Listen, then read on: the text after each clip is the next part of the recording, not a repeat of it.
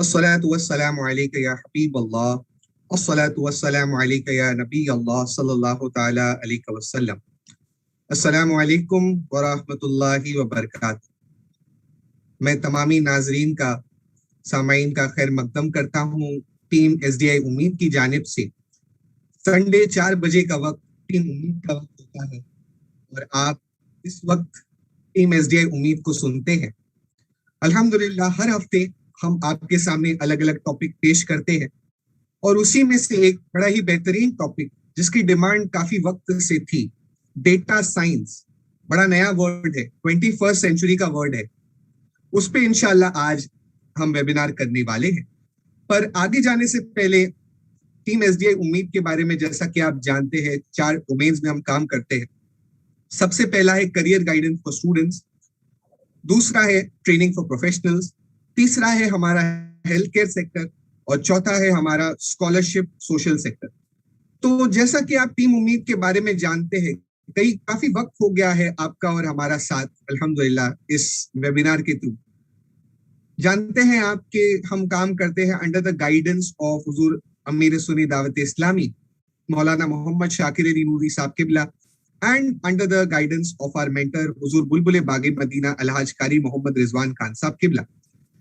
तो आइए चलते हैं बिना किसी देरी के हमारी टॉपिक की जानिब, करियर इन डेटा साइंस, या जिसे कहते हैं आजकल बड़ा एक फेमस वर्ड निकल आया है, डेटा साइंटिस्ट। डेटा साइंटिस्ट क्या होता है, ये सब चीजों के बारे में जानेंगे। आगे बढ़ने से पहले थोड़ा सा मैं आपको आज का एजेंडा बता दूं, जिस पॉइंट्स पे आज डिस्कशन होने वाला है, ताकि आप बड़े ध्यान से, बड़े गौर से जो चीजें आपके सामने आने वाली है उसे सुने। सबसे पहले हम आज समझेंगे कि डेटा साइंस किसे कहते हैं। नॉर्मल लोगों ने सुना होगा मेडिकल साइंस या आर्कियोलॉजिकल साइंस या फॉरेस्ट साइंस। ये डेटा साइंस क्या चीज है आज बताई जाएगी इंशाल्लाह, आपके सामने ये भी रखा जाए। डेटा साइंस क्लियर करने के बाद थोड़ा सा हम टच अप करेंगे आर्टिफिशियल इंटेलिजेंस पर। ये दो वर्ड आपस में कई बार आपने एक साथ सुने होंगे। अगर आप YouTube पे देखते हैं तो जनरली YouTube पे इसके काफी सारे एड्स आते हैं कि आपको डेटा साइंस का कोर्स करना है। इंशाल्लाह आज हम वो बताएंगे कि कौन सी जगह से आप एक पेड आई में से डेटा साइंस कोर्स कर सकते हैं, कहां से आप एक फ्री डेटा साइंस कोर्स कर सकते हैं, और टीम उम्मीद इस डोमेन में आपके लिए क्या कर रही है वो भी इंशाल्लाह आपको बताया जाएगा। तो जैसा कि आपने देखा, डेटा साइंस, आर्टिफिशियल लर्निंग आज के एजेंडा में है। इसके साथ साथ हम आपको सिर्फ ये नहीं बताएंगे कि डेटा साइंटिस्ट कौन होता है, हम ये भी बताएंगे कि जॉब अपॉर्चुनिटीज इस डोमेन में क्या क्या है। ये भी आपको इन्फॉर्म किया जाएगा कि डेटा साइंस ऐसी फील्ड है जिसमें जॉब ज्यादा है और लोग कम है। देखिए, बहुत कम ऐसी फील्ड होती है जहां पर लोग कम होते हैं, जॉब ज्यादा होता है। डेटा साइंस एक ऐसी फील्ड है, और जब कभी ऐसा होता है ना जहां लोग कम और जॉब ज्यादा, वहां पर जॉब मिलना भी बड़ा आसान हो जाता है। At the same time competition comparatively कम हो जाता है। इसके अलावा हम आपको बताएंगे आज कि कौन कौन से प्रोफाइल्स एक होते हैं under data scientist. Data scientist जो होते हैं वो एक प्रोजेक्ट में क्या काम करते हैं, कौन से इंडस्ट्रीज के लिए डेटा साइंटिस्ट काम कर सकते हैं। क्या टीचिंग वाले डेटा साइंस में जा सकते हैं, क्या इंजीनियर्स डेटा साइंस में जा सकते हैं, क्या डॉक्टर्स डेटा साइंस में जा सकते हैं। ये सब सवालों का जवाब इंशाल्लाह आज प्रोवाइड किया जाएगा। एंड लास्टली हम करियर प्रोस्पेक्ट्स के बारे में बताएंगे कि अगर किसी स्टूडेंट को, चाहे वो स्कूल का स्टूडेंट हो, चाहे वो कॉलेज का स्टूडेंट हो, या फिर वो प्रोफेशनल हो, चाहे हो सकता है 10 साल से वो सर्विस कर रहा हो किसी डोमेन में, क्या ऐसे लोगों को डेटा साइंस में अगर उनको एंट्री लेनी है तो कौन कौन सी चीजें उनको सीखनी है ताकि वो उसमें एंट्री ले सके। तो ये था एक ब्रीफ एजेंडा आज के प्रोग्राम के बारे में। और चलिए आइए मैं आज के एक्सपर्ट से आपका तारुफ कराता हूँ। अल्हम्दुलिल्लाह ये तो कोई तारुफ के मोहताज नहीं है, आप सभी इनको जानते हैं। मोहम्मद रजा मुल्ला सर, अल्हम्दुलिल्लाह he is an HR by profession and training and consulting. He has an extensive experience in this particular field. हम देखते हैं अल्हम्दुलिल्लाह ये एचआर का रोल भी बड़ी बखूबी निभाते हैं। एट द सेम टाइम ये प्रोफेशनल लेवल पर कई जगह जाकर के ये डेटा साइंटिस्ट या डेटा साइंस के ऊपर भी ये अल्हम्दुलिल्लाह वेबिनार्स कंडक्ट करते हैं। तो we are very privileged to have Mohammad Raza sir as an allrounder in our team, अल्हम्दुलिल्लाह, who is excellent in so many streams, alhamdulillah, and today we'll love to hear from him on this particular aspect too. Assalamu alaikum Raza sir. Walaikum assalam wa rahmatullahi wa barakatuhu. Jazakallah. Thank you so much, Silvan bhai, for the wonderful introduction. आपकी मोहब्बत है या आपने ये इतने अल्फाज मेरे बारे में कहे, वैसे मैं तारीफों के लायक नहीं हूँ। अल्लाह ताला का सबसे पहले तो बहुत बहुत एहसान है कि ये मौका दिया हमें। मैं इतने दिनों बाद आज ऑनलाइन आया हूँ, तो अल्लाह ताला का बहुत बड़ा एहसान है कि ये मौका दिया कि फिर से एक बार ऑनलाइन आके आप सबकी खिदमत कर सकें। और आज का टॉपिक जैसे आपने बताया बड़ा इंटरेस्टिंग टॉपिक है, very relevant to today's market. इंशाल्लाह ताला आज ये भी डिस्कस करेंगे कि ये किस तरीके से आगे जाकर जो करंट मार्केट सिनारियो है वो किस तरह के आगे जाकर चेंज होगा, इस पे भी बात करेंगे। How do I fit into this? A lot of people might have a question कि if I have a background in human resources or training, how do I fit into this? One of my technical expertise is I also get into technical training. और मैं खुद सलमान भाई ने भी course किया, सलमान भाई ने प्रोफेशनली प्रोजेक्ट भी किए हैं डेटा साइंस पे। I am also one of the person who has completed my data science, so that makes us eligible to talk about the topic that we're discussing today. So without further ado, let's start with today's topic. Salman भाई, एक बहुत बड़ा जो सबसे बड़ा problem होता है ना, जैसे आपने एक्सप्लेन किया शुरुआत में कि आपने लाइफ साइंसेस के बारे में सुना है, राइट? आपने आर्कियोलॉजिकल साइंस के बारे में सुना है, but what is data science? अब प्रॉब्लम स्टूडेंट्स का ये होता है ना कि डेटा साइंटिस्ट उनको बनना है। ओके, लॉकडाउन में हमने देखा डेटा साइंस की होड़ लगी हुई थी, लोग बहुत सारा डेटा साइंस उसको कोर्स करना था, but nobody had an idea कि डेटा साइंस होता क्या। So let's start with that. Let's start with the fundamentals. Let's start with the basics. कि data science क्या होता है exactly? What is this word data science? मैं कोशिश करूंगा एकदम बिल्कुल ही नॉन टेक्निकल लैंग्वेज में बात करके लेमैन टर्म्स में आपको एक्सप्लेन करने की कि डेटा साइंस किसे कहा जाता है। नाउ पहले डेटा समझ लेते हैं, डेटा क्या होता है। Data is basically raw information. ध्यान से सुना, बहुत इंपॉर्टेंट है, this is the base. Data is raw information. Data information नहीं होती, डेटा रॉ इंफॉर्मेशन होती है, राइट? डेटा को प्रोसेस करके आप इंफॉर्मेशन लाते, उस पर मैं आऊंगा। सो डेटा से आपको कुछ भी नहीं मिला। डेटा क्या हो सकता है? फॉर एग्जाम्पल आपके पास आपकी बिल्डिंग में, ओके, आपकी बिल्डिंग एक सोसाइटी है जिसमें लेट्स से 10 बिल्डिंग्स है और एक बिल्डिंग में तकरीबन 40 घर हैं, राइट? तो 400 घर हो गए, राइट? अब आपके पास डेटा कलेक्शन का कोई काम शुरू हुआ जिसमें लोगों का नाम, उनकी एज, उनका जेंडर और भी बहुत सारी थोड़ी बहुत डिटेल्स की गाड़ी है या नहीं, उनके पास क्रेडिट कार्ड है या नहीं, ये आपने कलेक्ट किया। Now this is called as data. ठीक है, इसको कहते हैं डेटा। आपने कलेक्शन किया, अब लोगों का आधार कार्ड ले लिया, आधार नंबर ले लिया, पैन कार्ड ले लिया, ये सारा जो है ये आपके पास डेटा हो गया, राइट? अब इसको आप डेटा कहते हैं। अब इसको जब मैं प्रोसेस करता हूँ, प्रोसेस करना यानी इसमें कुछ फॉर्मूलेज लगाता हूँ, इसमें कुछ मैं कलेक्ट किया। अब इसको जब आप प्रोसेस करेंगे, कुछ फिल्टर्स लगाएंगे, सॉर्ट करेंगे, कुछ फॉर्मूला, तो इंफॉर्मेशन निकलेगी। इंफॉर्मेशन क्या पता? इंफॉर्मेशन कैसे बनेगी? इंफॉर्मेशन ऐसी बनेगी कि इस सोसाइटी में 60% लोग 40 साल के कम उम्र वाले रहते हैं। इस सोसाइटी में 60% लोग या 70% लोग मेल हैं। इस सोसाइटी में ज्यादातर लोग सिडान कार यूज करते हैं। इस सोसाइटी में 80% लोग क्रेडिट कार्ड यूज करते हैं।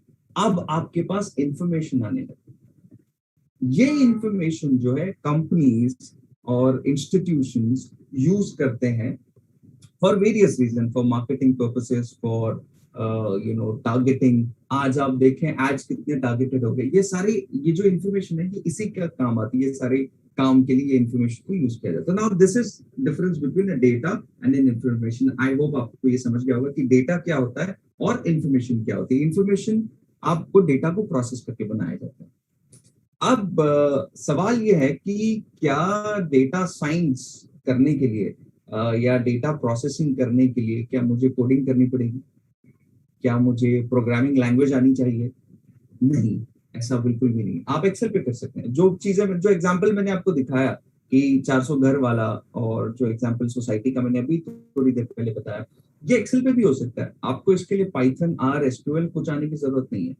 तो क्या डेटा साइंस एक्सेल पे किया जा सकता है? एग्जैक्टली किया जा सकता है, लेकिन उसकी कुछ लिमिटेशन है, राइट? आप एक्सेल पे जैसे ही आपकी एंट्रीज बढ़ती जाती है, 10,000 लाख 10 लाख एंट्रीज जब होने लगती है तो एक्सेल हैंग होने लग जाती है। After a point it becomes unresponsive. तो जब आपके पास बहुत ज्यादा बड़ा डेटा होगा तो आप क्या करेंगे? जब 2-5 हजार में है, 10,000 में, तब तक एक्सेल चल जाएगा। उसके बाद आपको सोफिस्टिकेटेड एप्लीकेशन यूज करने पड़ते हैं, और यहाँ पर आती है प्रोग्रामिंग, राइट? तो I hope now you know कि डेटा क्या होता है। डेटा को प्रोसेस करके हम इंफॉर्मेशन बनाते हैं, और इस काम के लिए आप कोई भी टूल यूज कर सकते हैं, इंक्लूडिंग एक्सेल। लेकिन एक्सेल की कुछ लिमिटेशन होने के कारण हम अब जो है सोफिस्टिकेटेड एप्लीकेशंस की तरफ जाते हैं, प्रोग्रामिंग लैंग्वेजेस की तरफ जाते हैं, जिससे ये प्रोसेसिंग, जिससे एक्सट्रैक्शन ऑफ इंफॉर्मेशन इजी हो जाए और इजी तरीके से हम सबके सामने है। This is exactly what data science is. बस इतना ही डेटा साइंस है कि आपको कुछ डेटा दिया जाएगा, उस डेटा को आपको प्रोसेस करना है और उसके मायने निकालने कुछ, राइट? 800 लोग रहते हैं, 800 लोगों की उम्र ये है, ये इसके कोई मायने नहीं निकल, लेकिन अगर आप उसको एक्सट्रैक्ट करेंगे, उससे कुछ इन्फॉर्मेशन एक्सट्रैक्ट करेंगे, तो एग्जैक्टली पता चलेगा कुछ ऐसी इन्फॉर्मेशन जो आपके कंपनी के भले के लिए हो सकती है, आपकी कंपनी उसको यूज कर सकती है। That is exactly what we do in data science, right? अब मूविंग ऑन कि डेटा साइंस तो समझ आ गया। अब डेटा साइंस को समझने के लिए, सीखने के लिए क्या चीजों की जरूरत है, क्या प्रीरेक्विजिट्स है, राइट? तो इसमें 3 चीजें बहुत ज्यादा इंपॉर्टेंट है।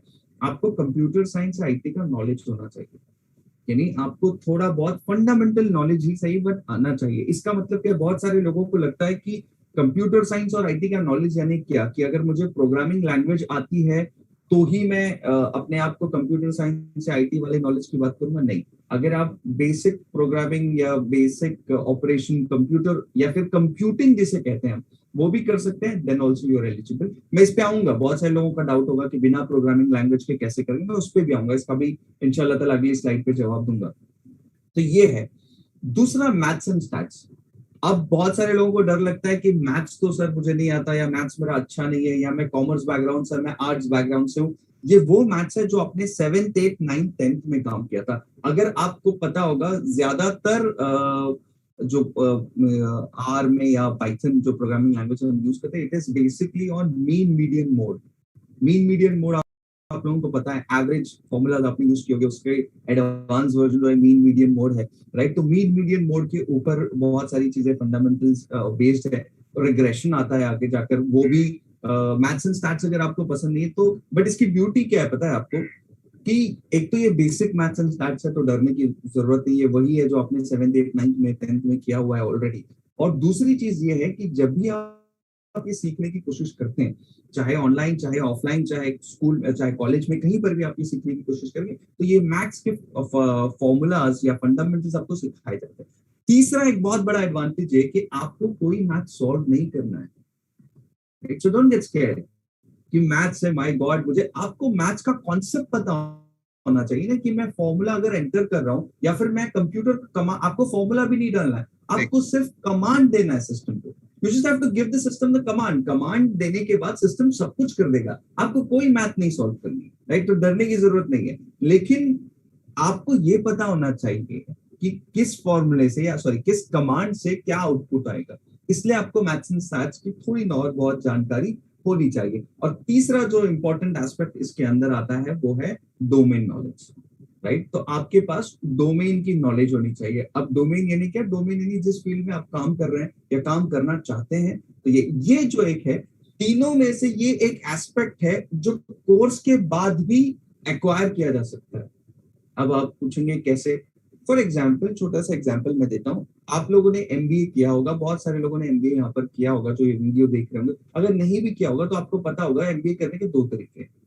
पहला तरीका, मैंने अपना ग्रेजुएशन कंप्लीट कर लिया, इमीडिएट आफ्टर ग्रेजुएशन मैंने मास्टर्स अपना कंप्लीट कर लिया, एमबीए कंप्लीट कर लिया, उसके बाद मैं काम करने के लिए जाता हूँ। तो मैंने नॉलेज पहले एक्वायर कर ली और फिर काम करने के लिए मैं जा रहा हूँ बाद में। उसमें मैंने डोमेन सेलेक्ट कर लिया होता है एमबीए में कि मुझे किस में जाना है, किस डोमेन में मुझे काम करना, और फिर मैं जाता हूँ, राइट? सो डोमेन नॉलेज मैंने पहले एक्वायर कर लिया, फिर मैं चला गया।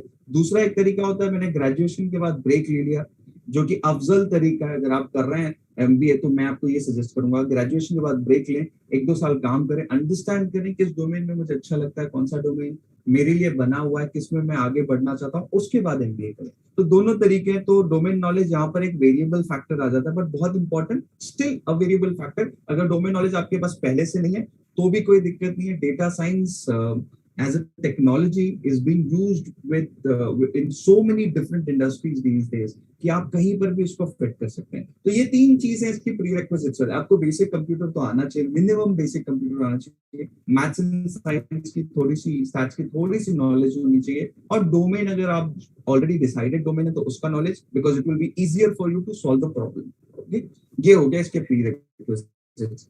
इसके आगे जल्दी से बढ़ता जी हूं मैं। रजा भाई, क्वेश्चन था मेरा। जी यस कि यस कई सारे स्कूल स्टूडेंट्स भी हमें सुनते हैं, जी। तो कोई ये सोचने लगा कि रजा भाई ने तो मैथ्स और साइंस बताया है, मेरा ट्रिग्नोमेट्री बहुत खराब है, या मैं area of triangle, quadrilateral, trapezium, ये सब फॉर्मूले याद नहीं कर पाता, क्या फिर भी मैं डेटा साइंस में जा सकता हूँ? या ऑफ कोर्स, आई मीन मैं जैसे कि बता रहा था कि वो इतना कॉम्प्लिकेटेड ट्रिग्नोमेट्री आपको याद नहीं करनी है, साइन थीटा कॉस थीटा तक नौबत नहीं आएगी, राइट? आपको मीन मीडियन मोड जैसे इतने सिंपल फॉर्मूलाज ही आएंगे।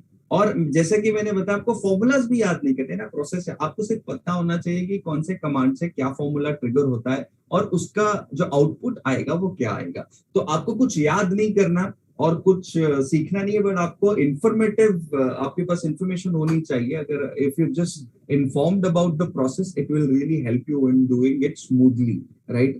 तो इतना ट्रिग्नोमेट्री वगैरह लेवल पे आपको मैथ नहीं करना है, right? It's a very very basic math. मैंने जैसे एग्जांपल में ही बताया, 7th 8th स्टैंडर्ड का मैथ्स अगर आपको आता है, नहीं भी आता, कोई दिक्कत नहीं है। आप जिस भी प्रोग्राम में, जिस भी कोर्स में, इवन अगर आप यूट्यूब से सीखते हैं, उसमें भी आपको ये मैथ का कुछ कॉन्सेप्ट है वो क्लियर तरीके से एक्सप्लेन किया जाएगा। सो ट्रिग्नोमेट्री लेवल पे नहीं जाते। करेक्ट। पर एक पॉइंट मेरे जहन में आया रजा भाई, फॉर द स्कूल स्टूडेंट्स, ये स्पेशली स्कूल स्टूडेंट्स के लिए, कि हमारे पास जब हम अपनी ट्रेडिशनल पढ़ाई भी कर रहे होते हैं, स्टैटिस्टिक्स में पढ़ रहे होते हैं, कई सारे चार्ट्स आते हैं हमारे सामने, कभी हिस्टोग्राम आ जाता है, कभी बार चार्ट आ जाता है। मैं स्टूडेंट्स को ये कहूंगा कि अगर आप डेटा साइंस में इंटरेस्ट रखते हैं ना, आगे बढ़ना चाहते हो, तो सबसे पहले आपको ये सीखना चाहिए कि एक चार्ट को रीड कैसा करते हैं, वो बहुत इंपॉर्टेंट स्किल है। और मेरे हिसाब से वो तो they can start right from standard 8, no problem, बहुत जल्दी शुरू कर सकते हैं। और इसमें एक और चीज जो आती है ना सलमान भाई, वो ये है कि when you start working on the project, you realise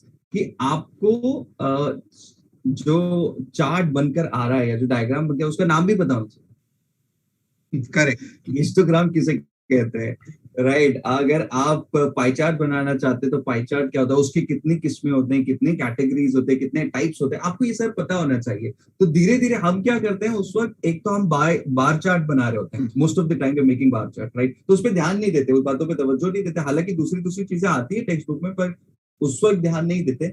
लेकिन अभी अगर आप करना चाहते हैं, इनफैक्ट जब आप कॉर्पोरेट में प्रेजेंटेशन भी बनाने लगते हैं तो ये सारी चीजें आ जाती है। But specifically very well said, अगर आप डेटा साइंस में अपना करियर बनाना चाहते हैं तो this is something that you should pay very very special attention. Correct. तो मेरी नेक्स्ट स्लाइड पे जाने से पहले रजा भाई मैं क्वेश्चन पूछूंगा, क्योंकि हमारी ऑडियंस बहुत ब्रॉड ऑडियंस है, हर बैकग्राउंड से आती है, technical, non technical, accounting, MBA, medical.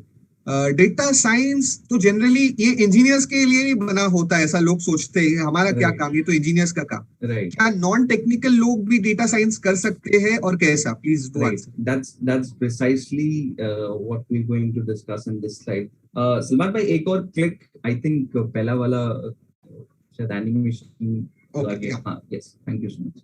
So basically Salman भाई, अगर आप नई एजुकेशन पॉलिसी देखेंगे तो उसमें आपको पता चलेगा, इनफैक्ट बहुत सारे कॉलेजेस में अभी से शुरू हो गया है, 11th 12th स्टैंडर्ड के बच्चों को Python as a programming language सिखाई जाती है। तो इस स्लाइड का मकसद ये है, इस स्लाइड में हम ये बताने की कोशिश करेंगे कि क्यों एक नॉन टेक्निकल इंसान भी डेटा साइंस में करियर बना सकता है। मेरे पास बहुत सारे एग्जांपल्स है, मैं एग्जांपल्स पे भी बात करूंगा, एक्चुअल रियल लाइफ एग्जांपल्स, उन पे भी बात करूंगा। बट नॉन टेक्निकल से मेरा हमारी मुराद ये है, वो इंसान जिसको प्रोग्रामिंग नहीं आता, उसको हम नॉन टेक्निकल यहाँ पर कंसिडर कर रहे हैं, ठीक है? तो जिसको प्रोग्रामिंग लैंग्वेजेस नहीं आती, जिसने कभी कोडिंग नहीं करी, उसको नॉन टेक्निकल कह रहे हैं। तो उस इंसान के बारे में क्या कहना है कि वो डेटा साइंस सीख सकता है। DS stands for data science. Okay.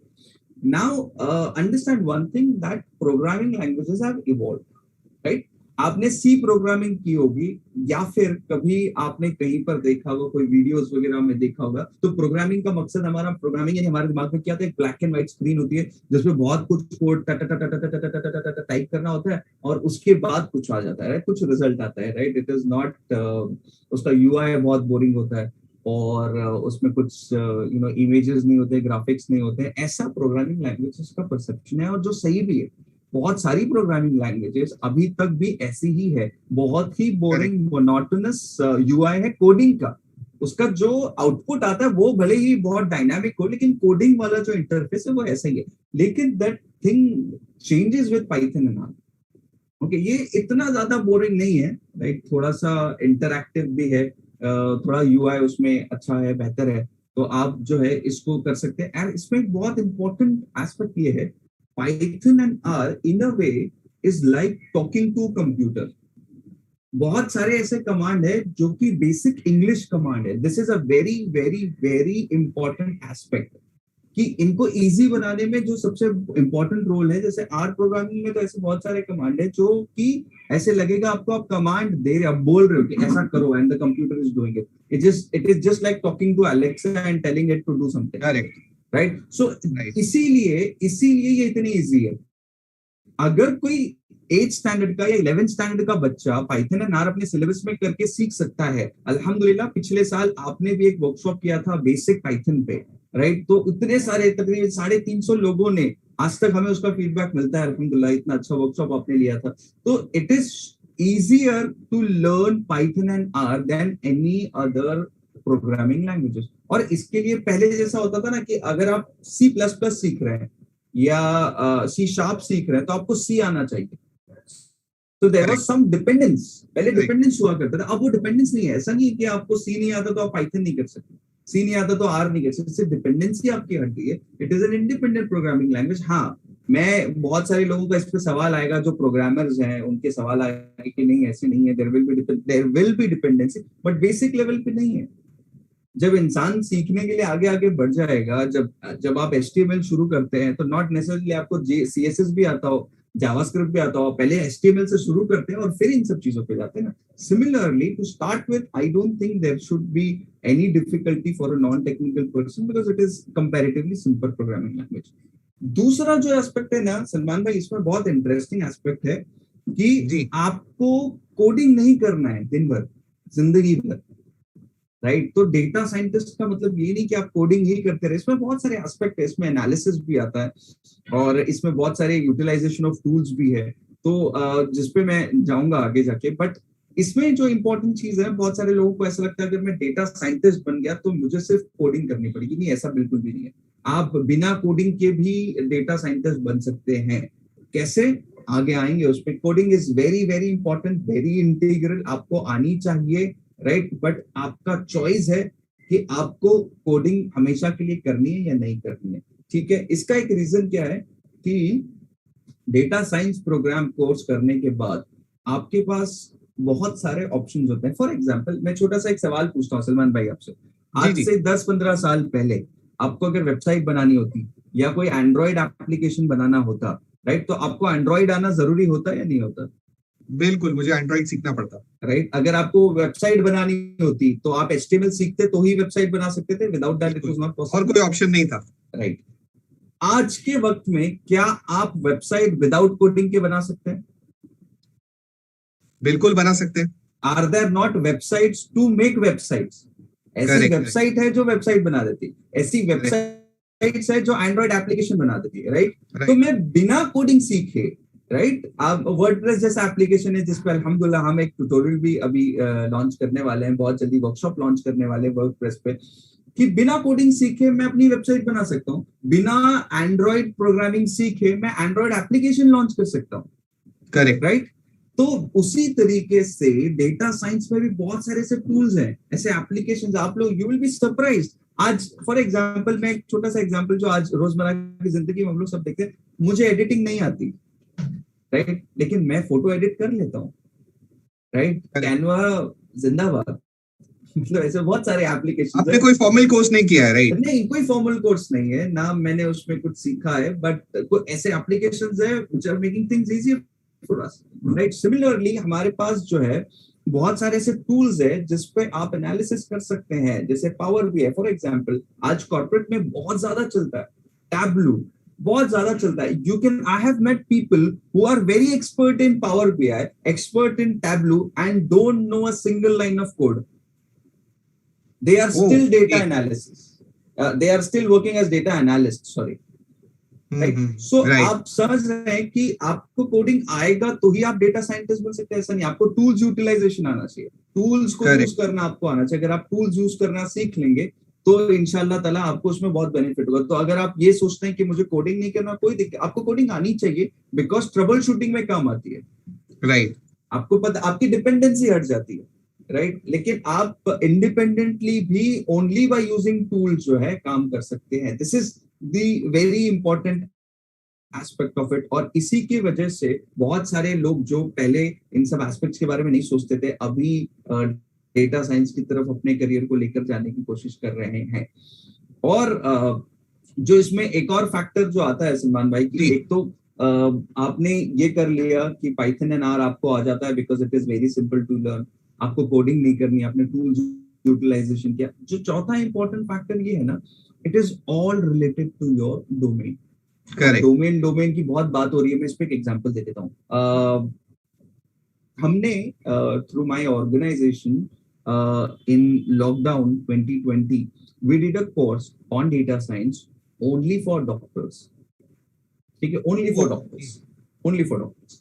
Now doctor as a profession में आपको बता दूं, ये एक ऐसा प्रोफेशन है सलमान भाई, आपने देखा होगा, आपने ऑब्जर्व किया होगा कि ये जो प्रोफेशन वाले लोग है ना डॉक्टर, अगर उनकी दुकान नहीं चल रही है, नहीं उनका क्लिनिक नहीं चल रहा है, राइट, तो ऐसा नहीं करते कभी। आपने कभी नहीं देखा होगा कि यार मैं क्लिनिक नहीं चल रहा तो मैं बंद करके कोई कॉर्पोरेट जॉब ले लूं। राइट। वो नहीं भी चल रहा होगा तो भी वही चलाएंगे, दूसरी जगह पे जाएंगे, लेकिन क्लिनिक ही चलाएंगे। They never leave their job and do something else, right. So अभी if they are moving into data science, are they changing their field? अगर मैं डॉक्टर हूं, अगर मैं डेटा साइंस सीखता हूं, तो एक बहुत बड़ा मिसकंसेप्शन क्या है पता है, मैं आईटी प्रोग्रामर बन गया। फॉर एग्जांपल डेटा साइंस कोई सीख लेता है तो लोगों का मन में ऐसा आता है कि मैं प्रोग्रामर बन गया, मेरा अच्छा डॉक्टर नहीं हूं मैं। हाँ, तो लोगों का थॉट प्रोसेस चेंज करने के लिए आज के वक्त में आई थिंक लाइफ साइंसेस में जितना डेटा यूज होता है या जितना डेटा का एनालिसिस यूज होता है, okay, whether it can be in curing diseases, in making of medicines, बहुत सारी चीजों में जो इनफैक्ट आजकल तो आपको पता ही होगा सलमान भाई, हम फुल बॉडी चेकअप करवाते हैं हर साल। तो उसके अंदर रिपोर्ट्स आती है, आप सबने बहुत बार देखा होगा कि 5 साल बाद what is the possibility of you getting XYZ disease, right? Correct.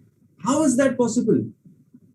अगर रिपोर्ट मुझे कहती है कि if you maintain this lifestyle the chances of you having cholesterol related disease in 5 year will increase, उसको कैसे पता चला? उसने को डेटा स्टडी किया, राइट? मेरी सिर्फ बॉडी को स्कैन करके नहीं, और ये कौन करने वाला है? तो इसमें एक दो चीजें बहुत इंपॉर्टेंट है कि मुझे कोडिंग आती है लेकिन मुझे बॉडी के बारे में नहीं पता कुछ, तो क्या मैं एनालिसिस कर पाऊंगा?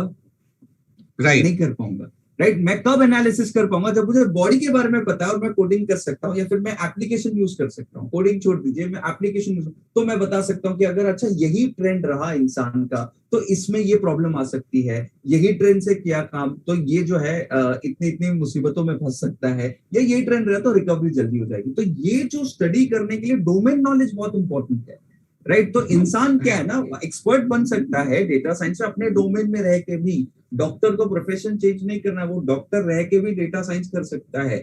टीचर को प्रोफेशन चेंज नहीं करना, एचआर को प्रोफेशन चेंज नहीं करना है, राइट। वो वही फील्ड में रह के डेटा साइंस कर सकते हैं। इंशाल्लाह ताला आगे सलमान भाई भी बताएंगे किस तरीके से how this thing are relevant. तो डोमेन जो है plays a very important role. Raza भाई, एक सॉरी टू इंटरप्ट यू, एक मैं अपनी ऑडियंस को होमवर्क देना चाहूंगा, क्योंकि हम हमेशा कुछ ना कुछ कहते हैं। मैं एक होमवर्क देना चाहूंगा। आपने मेडिकल लाइन में बताया कि किस तरह से बॉडी रिपोर्ट्स को स्टडी करके they can have a prediction कि मिसाल अल्लाह ना करे, पर मिसाल के तौर पर कितने साल के बाद आपकी कितनी % प्रोबेबिलिटी है that you would get XYZ diseases. इसे कहते हैं डिजिटल ट्विन। एक बड़ा इंपॉर्टेंट वर्ड मेडिकल इंडस्ट्री में आ चुका है, जिसपे मैंने भी एक प्रोजेक्ट किया था। डिजिटल ट्विन, आपके हार्ट का वो लोग डिजिटल ट्विन बनाएंगे। जैसे आपने ट्विन्स बच्चे सुने होंगे, राइट। तो उसी तरह से आपकी बॉडी का एक क्लोन होगा डिजिटल ट्विन, जिसपे हर एक डेटा पॉइंट प्रोवाइड किया जाएगा, और फिर वो मशीन लर्निंग एल्गोरिदम से प्रिडिक्ट करेगा कि मिसाल के तौर पर आप हाई रिस्क है, तो अभी से क्यों ना आपकी दवा शुरू कर दी जाए, कि अभी से या अगर आपको ऐसे सही तरह की डाइट दे दी जाए, ताकि 5 साल के बाद आपकी वो प्रोबेबिलिटी कम हो जाए। तो ये मेरा होमवर्क है मेरी ऑडियंस को, कि डिजिटल ट्विन जाकर के ये सर्च करें। जी रजा भाई। अल्हम्दुलिल्लाह, दैट्स सो वंडरफुल। जी, तो ये एक एस्पेक्ट हो गया कि डेटा साइंस नॉन टेक्निकल लोग किस तरीके से कर सकते हैं। इसके बाद सलमान भाई, एक जो एस्पेक्ट पे हम लोग बात करेंगे आज के हमारे सेशन में, वो वेल स्पोकन है बट वेरी लिटिल अंडरस्टूड है, राइट? तो we will move towards that. मैं जब टॉपिक पे जाऊंगा तो पता चलेगा, and it is called as artificial intelligence. Correct. अब लोगों को फंडामेंटली ये नहीं पता कि आर्टिफिशियल इंटेलिजेंस और मशीन लर्निंग दो अलग अलग चीज है, because they use it interchangeably in any conversation. आप देखो, उनको लगता है machine learning artificial intelligence same है। अच्छा, अब मशीन लर्निंग, आर्टिफिशियल इंटेलिजेंस और डेटा साइंस का क्या लेना देना, और हमने इसको यहाँ पर क्यों इंक्लूड किया? अगर आप डेटा साइंस सीखते हैं या आप डेटा साइंस कर रहे हैं, तो इसके बाद आप क्या करेंगे? इसके बाद आपके पास दो ऑप्शन, दो रास्ते खुल जाते हैं। या तो आप मशीन लर्निंग में जा सकते हैं, आर्टिफिशियल इंटेलिजेंस में जा सकते हैं, या डेटा साइंस में रह सकते हैं। सो डेटा साइंस जो है ना, it is artificial intelligence basically is a subset of data science. Data science एक बड़ा वाला सर्कल है। अगर आपको इमेजिन करना है तो मैं आपको बता दूं, एक बड़ा सर्कल है जिसमें आर्टिफिशियल इंटेलिजेंस पहले आता है, सॉरी डेटा साइंस पहले आता है। एक बड़ा सर्कल जिसमें पहले डेटा साइंस आता है, उसके अंदर एक और सर्कल जिसके अंदर मशीन लर्निंग आता है, उसके अंदर एक और सर्कल आर्टिफिशियल इंटेलिजेंस का, राइट? तो ये इस तरह से फ्लो होता है कि आप पहले डेटा साइंस, फिर मशीन लर्निंग, और फिर आर्टिफिशियल इंटेलिजेंस पे जाए। तो बहुत सारे लोगों को कंफ्यूजन होता है कि आर्टिफिशियल इंटेलिजेंस क्या है। आजकल सारे लोग बात करते हैं, हमारे फोन के फेस लॉक से लेके मार्स के रोवर तक सब जगह आर्टिफिशियल इंटेलिजेंस यूज हो रहा है। तो व्हाट एग्जैक्टली इट इज? तो मैं एक छोटा सा, मैंने सोचा कि इसमें इस चीज को, आर्टिफिशियल इंटेलिजेंस और मशीन लर्निंग को भी 5 मिनट में कवर कर ले, ताकि क्लैरिटी आ जाए बच्चों को और करियर चूज करने में आसानी हो। So what happens is, we all are intelligent. अल्हम्दुलिल्लाह, आप तो बहुत ही इंटेलिजेंट है सलमान भाई, 99.6 परसेंटाइल, राइट? और IIT गोल्ड मेडलिस्ट हैं आप, तो आपकी इंटेलिजेंस का क्या ही कहना। बट अल्हम्दुलिल्लाह, अल्लाह ताला ने हमें एक ऐसी स्पीशीज बनाई है जो अपने इंटेलिजेंस की वजह से जानी जाती है, राइट? सो हमारी जो इंटेलिजेंस है वो नेचुरल इंटेलिजेंस है, राइट? तो हम हमारी इंटेलिजेंस को क्या कहेंगे कि नेचुरल इंटेलिजेंस। अब हम इंसानों जैसे सोचने की ताकत अगर किसी डिवाइस को, किसी कंप्यूटर को, किसी मोबाइल एप्लीकेशन को, इंसानों जैसे सोचने की ताकत अगर मैं किसी चीज को देता हूं, तो उसको जो मैंने इंटेलिजेंस दी है वो कहा जाएगा आर्टिफिशियल इंटेलिजेंस। फॉर एग्जाम्पल, आज आपने कोई फेशियल लुक रखा हुआ है, आज आपने कोई XYZ लुक रखा हुआ है, कल आपने वो लुक चेंज कर दिया, आपने अपनी हेयर स्टाइल चेंज कर दिया, आपने अपने बियर्ड चेंज कर दी, तो इंसान देखेगा तो पहचान जाएगा, राइट? लेकिन वैसे ही इंटेलिजेंस आपके फोन के फेस लॉक को भी दिया गया है कि अगर इनका फेस लुक चेंज भी हो गया तो भी identify that he is the same person, right? तो उसको कहेंगे हम आर्टिफिशियल इंटेलिजेंस। ह्यूमन जैसे, इंसान जैसे सोचने की ताकत, वैसी कुव्वत अगर आपने किसी को दी, चाहे वो फोन हो सकता है, आपका कोई मोबाइल फोन हो सकता है, या फिर कोई एप्लीकेशन हो सकता है, आपका एलेक्सा जैसे कोई डिवाइस हो सकता है, कुछ भी हो सकता है, अगर वैसा आपने कुछ किया है तो उसको, उस इंटेलिजेंस को आर्टिफिशियल इंटेलिजेंस कहेंगे, ठीक है? और आर्टिफिशियल इंटेलिजेंस के 3 स्टेजेस होते हैं। पहला जो स्टेज है वो है मशीन लर्निंग। तो आर्टिफिशियल इंटेलिजेंस के अंदर सबसेट है मशीन लर्निंग।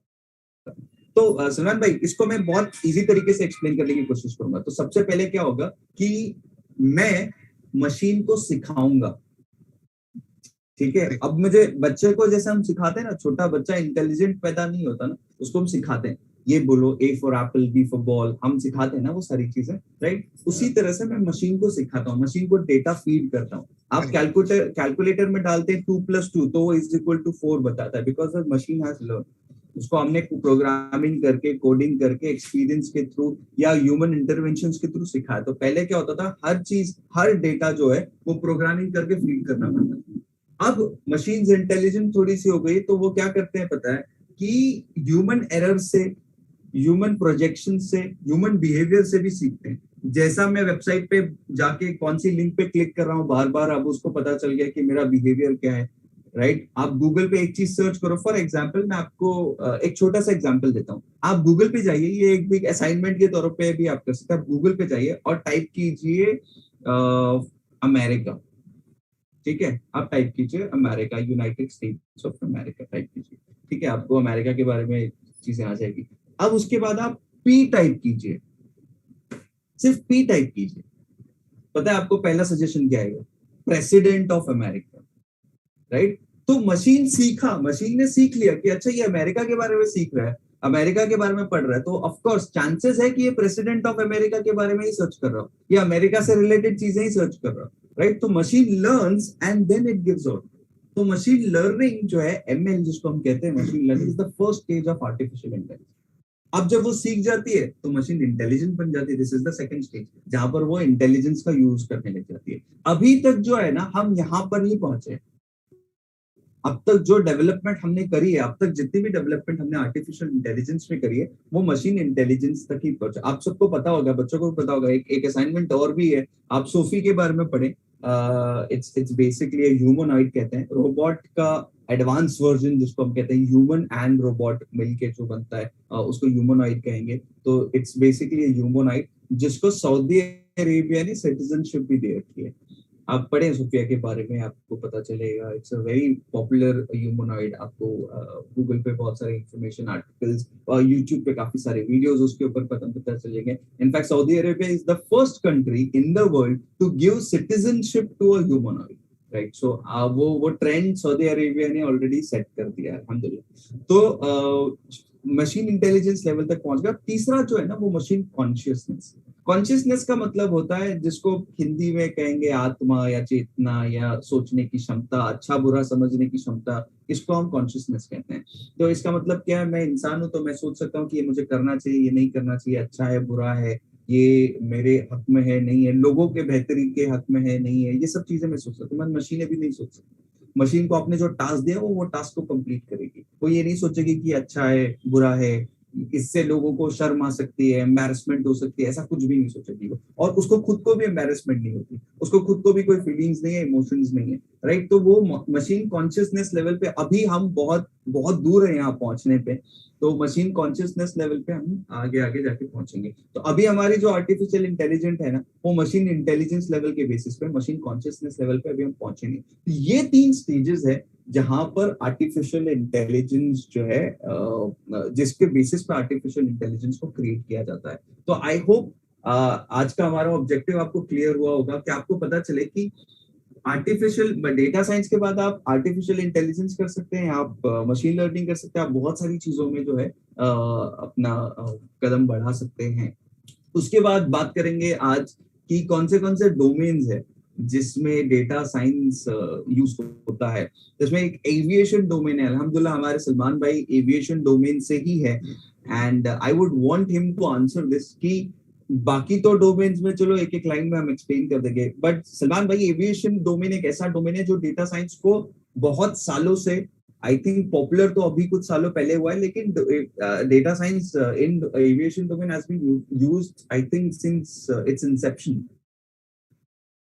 राइट। तो करेक्ट। आप थोड़े से हमको बता सकते हैं कि कौन कौन सी जगह पर data science in aviation industries use?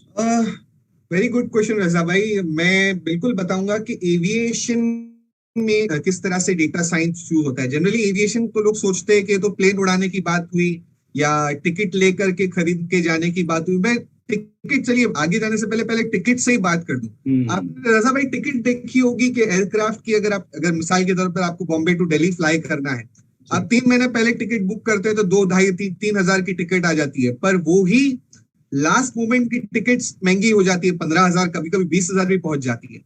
क्या इसमें डेटा साइंस या डेटा एनालिटिक्स इन्वॉल्व है? The answer is yes. वो लोग पूरा प्रिडिक्ट करते हैं कि अगर इतनी टिकट निकल गई है तो हो सकता है इतने परसेंटेज कैंसिलेशन हो जाएंगे, इतने लोग टर्न आउट नहीं करेंगे, या इनिशियली इतनी टिकट बुक हुई है तो फाइनल इतनी टिकट बुक होगी। ये सब कुछ एक मॉडल के थ्रू होता है।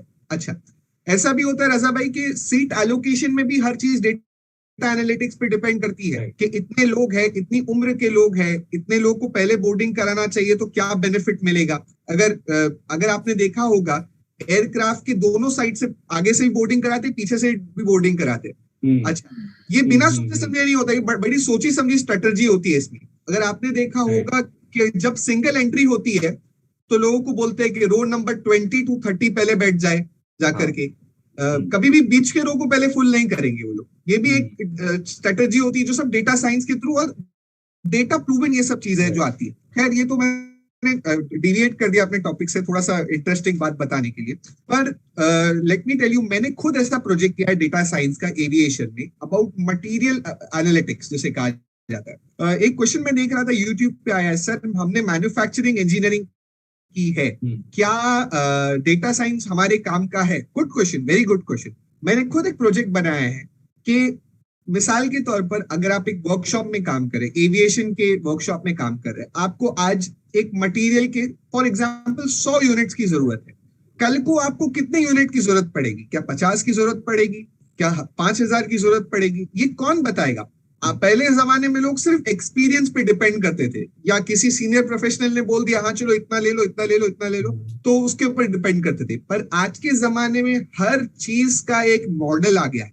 अब किसी को पूछने की जरूरत नहीं है, लोग प्रोग्रामिंग ही आपको बता देती है कि मिसाल के तौर पर वो हर चीज उसमें डेटा जाता है, फीड अप होता है आपके डिमांड का, आपके बेस्ड ऑन दैट आपका डिमांड कितना है, आपके करंट पैरामीटर्स कितने, वेरिएबल्स कितने हैं, वो आपको फोरकास्ट करके देता है आगे। कि मिसाल के तौर पर कल को जाकर के इस चीज के मंडे को 60 यूनिट्स लगेंगे, ट्यूसडे को 70 यूनिट्स लगेंगे। एक रफ एग्जांपल रजा भाई दूं तो ये डेटा साइंस है ना, मैं तो कभी कभी हंसते हुए लोगों को कहता हूं कि ये रेस्टोरेंट बिजनेस जैसा है। रेस्टोरेंट वाले को अपने एक्सपीरियंस से बनाना, आई कैन से सब कुछ करना पड़ता है। कि आज सैटरडे है या आज संडे है, आज मेरी दुकान पर या रेस्टोरेंट पर ज्यादा लोग आएंगे तो संडे में ज्यादा चिकन मंगा के रखूंगा, क्योंकि संडे लोग आके चिकन बिरयानी खाएंगे। तो ये एक तरह का फ्यूचर एनालिटिक्स होता है जो रेस्टोरेंट वाले जनरली सिर्फ अपने दिमाग से या एक्सपीरियंस से चलाते हैं। पर वही काम या एनालिटिक्स के थ्रू और एक्यूरेसी से किया जा सकता है इन एनी डोमेन जो आप डिस्क्राइब करें।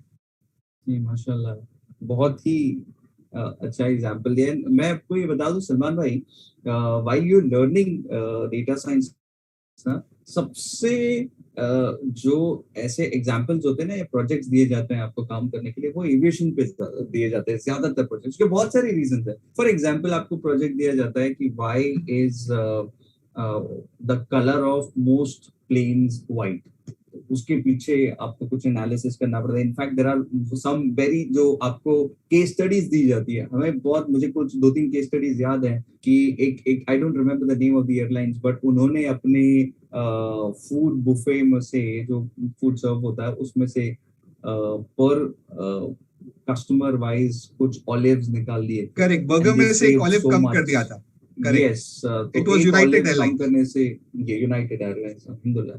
तो इतनी सारी चीजें। And then there was one case study about the magazine paper GSM to be reduced. तो पेपर जो होता है जीएसएम का, उसको पेपर आपने कम कर दिया। तो जो आप बता रहे थे कि इसमें आपको, लोगों को ऐसा सोच के लगेगा कि एक ऑलिव कम करने से क्या होगा, राइट? अगर नॉर्मल सोच ये होगी, लेकिन जितनी फ्लाइट्स वो यूज करते हैं, जितने पैसेंजर बोर्ड करते हैं, उसके हिसाब से अगर कैलकुलेट किया जाए तो फिर कितना। In fact there was one more study कि अगर if you ask the passengers to visit the washroom before they board the flight, correct, you use less fuel because you carry less weight. So कितनी सारी amazing चीजें हैं जो only and only because of analysis possible हुई है, right? और aviation, जैसे मैंने आपको कहा कि एविएशन इज एन इंडस्ट्री जहां पर बहुत ज्यादा एनालिसिस यूज होता है, पहले से यूज होता है। Before data science was popular, data science tools वो पॉपुलर, तब से यूज होता है। अब तो लाइफ साइंसेस आपको पता ही है, आपको कितना, हमने एक एग्जांपल्स पे ऑलरेडी दी है। Finance with crypto in boom, आप लोग सारे के सारे यूज करते हैं। पहले 2-3 एप्लीकेशंस होते थे। इनफैक्ट एक्चुअली मेरा जो सलमान भाई एनालिसिस के साथ जो मेरा पहला क्या कहते हैं उसको, मैं पहली बार जब एनालिसिस के बारे में सुना, मैंने यह एनालिसिस किया, that was in finance domain. There is something called as stocks के लिए जो आपको टेक्निकल एनालिसिस करना पड़ता है। अगर आप स्टॉक देख रहे हैं, किसी स्टॉक्स के रिलेटेड, या उसकी प्रेडिक्शन करनी है, या उसको खरीदना है नहीं खरीदना है, इसके लिए पहले की बात कर रहा हूं मैं, जब मैं 2009-10 की बात कर रहा हूँ, तभी ये करना पड़ता था। अभी उसके बाद there are so many applications, Money Control, this that etcetera, जो ऑलरेडी बने बनाए आपको चार्ट दे देता, आपको करना नहीं पड़ता। तब तभी सिखाया जाता था ये सारी चीजें, कॉलेजेस वगैरह में सिखाते थे कि आपको technical analysis, specially in MBA, आपको सिखाया जाता था कि इस तरह से करना है।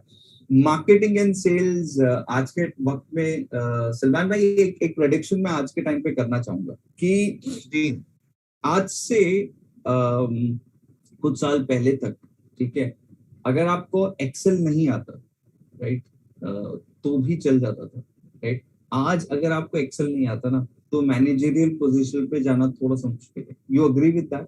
आप तो एविएशन में काम करते हैं, बट आपको आपको भी लगता है Excel, right? Not talking about normal people, we talking about you working with aircraft, but आप भी एक्सेल पे काम करते हैं, ऑफ कोर्स। राइट? तो एक्सेल आना चाहिए, it's an important skill to become to actually score high. जैसे एमबीए इंपॉर्टेंट हो गया ना, अगर आपको मैनेजर बनना है तो आपके पास एमबीए होना चाहिए। अच्छा, किसी कहीं पर लिखा हुआ नहीं है, किसी भी कंपनी के, I being an HR, I can tell you, किसी भी कंपनी के पॉलिसी में नहीं लिखा हुआ है कि मैनेजर है तो एचआर होना, सॉरी, मैनेजर है तो एमबीए होना चाहिए मिनिमम। बहुत सारी कंपनीज होती है, उसमें कुछ कुछ पॉलिसीज ऐसी होती है कि स्पेसिफिक कंपनी से होना चाहिए, स्पेसिफिक इंस्टीट्यूट से होना चाहिए, ये वो वगैरह, but very minimal, not even 1%, right? ज्यादातर कंपनी में ऐसे रिटन पॉलिसीज नहीं होती, लेकिन फिर भी हम सब ने मान लिया है कि मैनेजर बनना है तो एमबीए करना पड़ेगा, राइट? उसी तरीके से मैं आपको आज एक प्रेडिक्शन देता हूं, आज से 5 साल बाद ऐसा वक्त आएगा जब अगर आपको मैनेजर बनना है, डिसीजन मेकिंग पोजीशन पे पहुंचना है, आपको डेटा एनालिसिस आना चाहिए।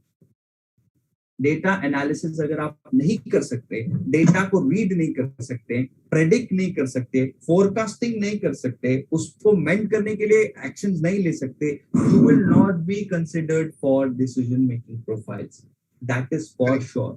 ह्यूमन रिसोर्सेज में कैसे यूज करते हैं? पहले क्या होता था पता है? अभी जैसे अभी भी थोड़ा बहुत ऐसा ही होता है कि अगर कोई एम्प्लॉय जाने वाला है छोड़कर, सलमान भाई, तो हमको क्या करने पड़ता है पता है? एज ए एचआर हमको अपने लोगों को प्लांट करना पड़ता है ऑर्गेनाइजेशन में।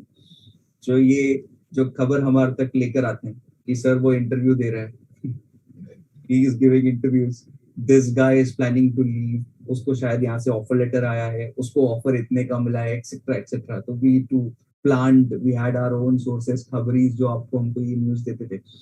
अब through analysis, through data analysis, आप यकीन नहीं मानेंगे, यू कैन प्रिडिक्ट कि ये इंसान कितने महीने में जॉब छोड़ने की प्लान कर सकता है। This is possible.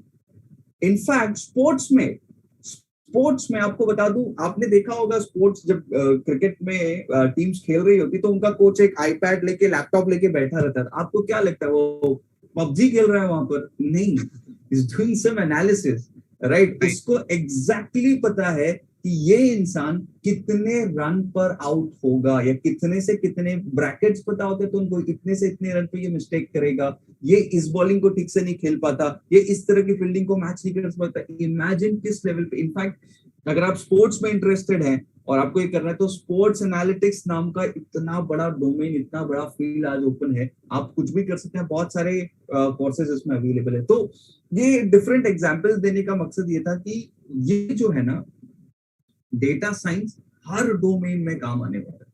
तो आप ये मत सोचिए एजुकेशन में क्या काम आएगा। एजुकेशन का एक एग्जांपल, बहुत सारे टीचर्स देख रहे होंगे हमें, एजुकेशन में क्या काम आएगा? We are getting into online education. For example, एक छोटा सा एग्जांपल देता हूं मैं, सलमान भाई। जी हम लोग पहले जो भी पढ़ाई वढ़ाई होती थी बच्चे की, राइट, उसका जो ग्रोथ है वो उसके अगले रिजल्ट पे डिपेंड करता था, राइट? कि अगले रिजल्ट पे, मैंने आज मैथ्स में इतने मार्क्स लाए तो नेक्स्ट रिजल्ट में मैं कितने मार्क्स लाऊंगा, उस पर डिपेंड करेगा कि मेरी ग्रोथ हुई है या मैं नीचे गया हूँ, राइट? लेकिन अभी ऐसा नहीं है। अब जो है, आप इतने सारे एनालिसिस कर सकते हो बच्चे के साथ कि इसकी इमोशनल क्वेश्चन ग्रो हुई है कि नहीं, इंटेलिजेंट क्वेश्चन ग्रो हुआ कि नहीं, basically EQ and IQ grow हुआ है कि नहीं, एज अ ह्यूमन बीइंग ये ग्रो हो रहा है कि नहीं, इसका बिहेवियर ग्रो हो रहा है, और ये सारी की सारी चीजें ऑनलाइन अवेलेबल है। बहुत सारे लोग जो अपने बच्चों को ऑनलाइन कोर्सेज, ऑनलाइन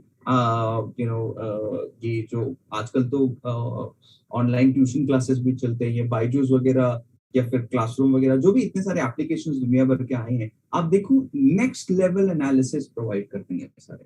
आपने सोचा भी नहीं होगा, इतने सारे साइकोमेट्रिक टेस्ट के वेबसाइट्स हैं, इतनी इतनी सटीक एनालिसिस ये करते हैं और इतने अच्छे इंसाइट्स आपको देते हैं कि आपको पता ही नहीं चलता। अच्छा, वापस डॉक्टर वाले एग्जांपल पे जाता हूँ कि मुझे कोडिंग आती है लेकिन बॉडी फंक्शंस के बारे में नहीं पता, तो मैं कैसे जज करूंगा? उसी तरह से वो टीचर्स है ना, तो टीचर को ही पता होगा कि किस तरीके से उसको स्टेट करना है, किस तरीके से इसका प्रोजेक्शन करना है, किस तरीके से पेरेंट्स को, स्टूडेंट्स को आगाह करना है कि ये गलतियां तुम बार बार कर रहे हो, ये गलती मत करो, राइट? तो Correct. ये सब चीजें जो है ना पहले पॉसिबल नहीं थी, अभी पॉसिबल है। And with online education taking a boom, बहुत सारे एस्पेक्ट, बहुत सारे जो अपॉर्चुनिटीज है आज टीचर्स के लिए भी अवेलेबल। तो हर डोमेन में अगर आप देखें तो डेटा साइंस की जरूरत है। एंड इट कैन, हमने कुछ ही नाम यहाँ पर लिखे because there was no space, but आगे जाके जो है इसमें बहुत सारे करियर ऑप्शंस अवेलेबल होंगे। तो ये तो कुछ इन्फॉर्मेशन मेरे एंड से होगी, बट मैं चाहूंगा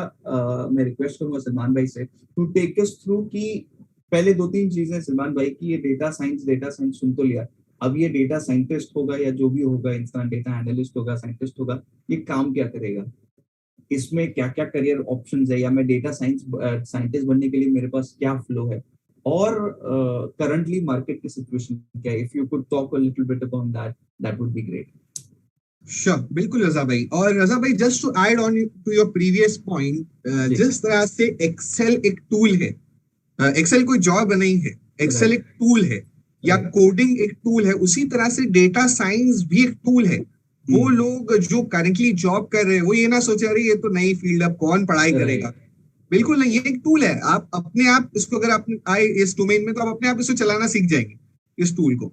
और ये टूल में जब तक आप उस डोमेन पे एक्सपर्टीज हासिल नहीं करेंगे तब तक ये टूल कोई काम का नहीं। सिर्फ डेटा और चार्ट्स में आपको दिखा दूं, मिसाल के तौर पर अगर कोई मुझे दिखा दे ईसीजी का डेटा, मैं उससे कोई सेंस नहीं बना पाऊंगा क्योंकि मैं डॉक्टर हुई नहीं। हाँ, अगर कोई, ये एक तरह का स्किल है जो इंसान को अपग्रेड होने में हेल्प करता है। इन द सेंस, अगर आपके पास इंजीनियरिंग की नॉलेज है, ऑन टॉप ऑफ दैट ये टूल भी बैठा हुआ है आपके साथ, तब ये एक तरह से डबल बेनिफिट प्रोवाइड करता है। एंड रजा भाई, there are really a lot of case studies, जब लोगों ने इस डोमेन में अपने आप को एक्सेल किया है या ये टूल अपने प्रोफाइल में ऐड किया है, तो आप तो एचआर है, आप ये बता सकते हैं उनकी सैलरी भी ऑलमोस्ट गुड अमाउंट से बढ़ गई।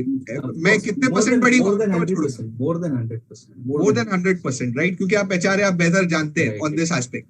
तो कोई ये ना सोचे कि अरे ये अपने क्या काम का, बिल्कुल नहीं। अगर आप कॉमर्स बैकग्राउंड से, data science as a tool सीखिए, ठीक है। So that was my point from the previous slide. But yeah, coming on to this slide, जैसा कि रजा भाई ने बताया, एक प्रोफाइल क्या होती है डेटा साइंटिस्ट की।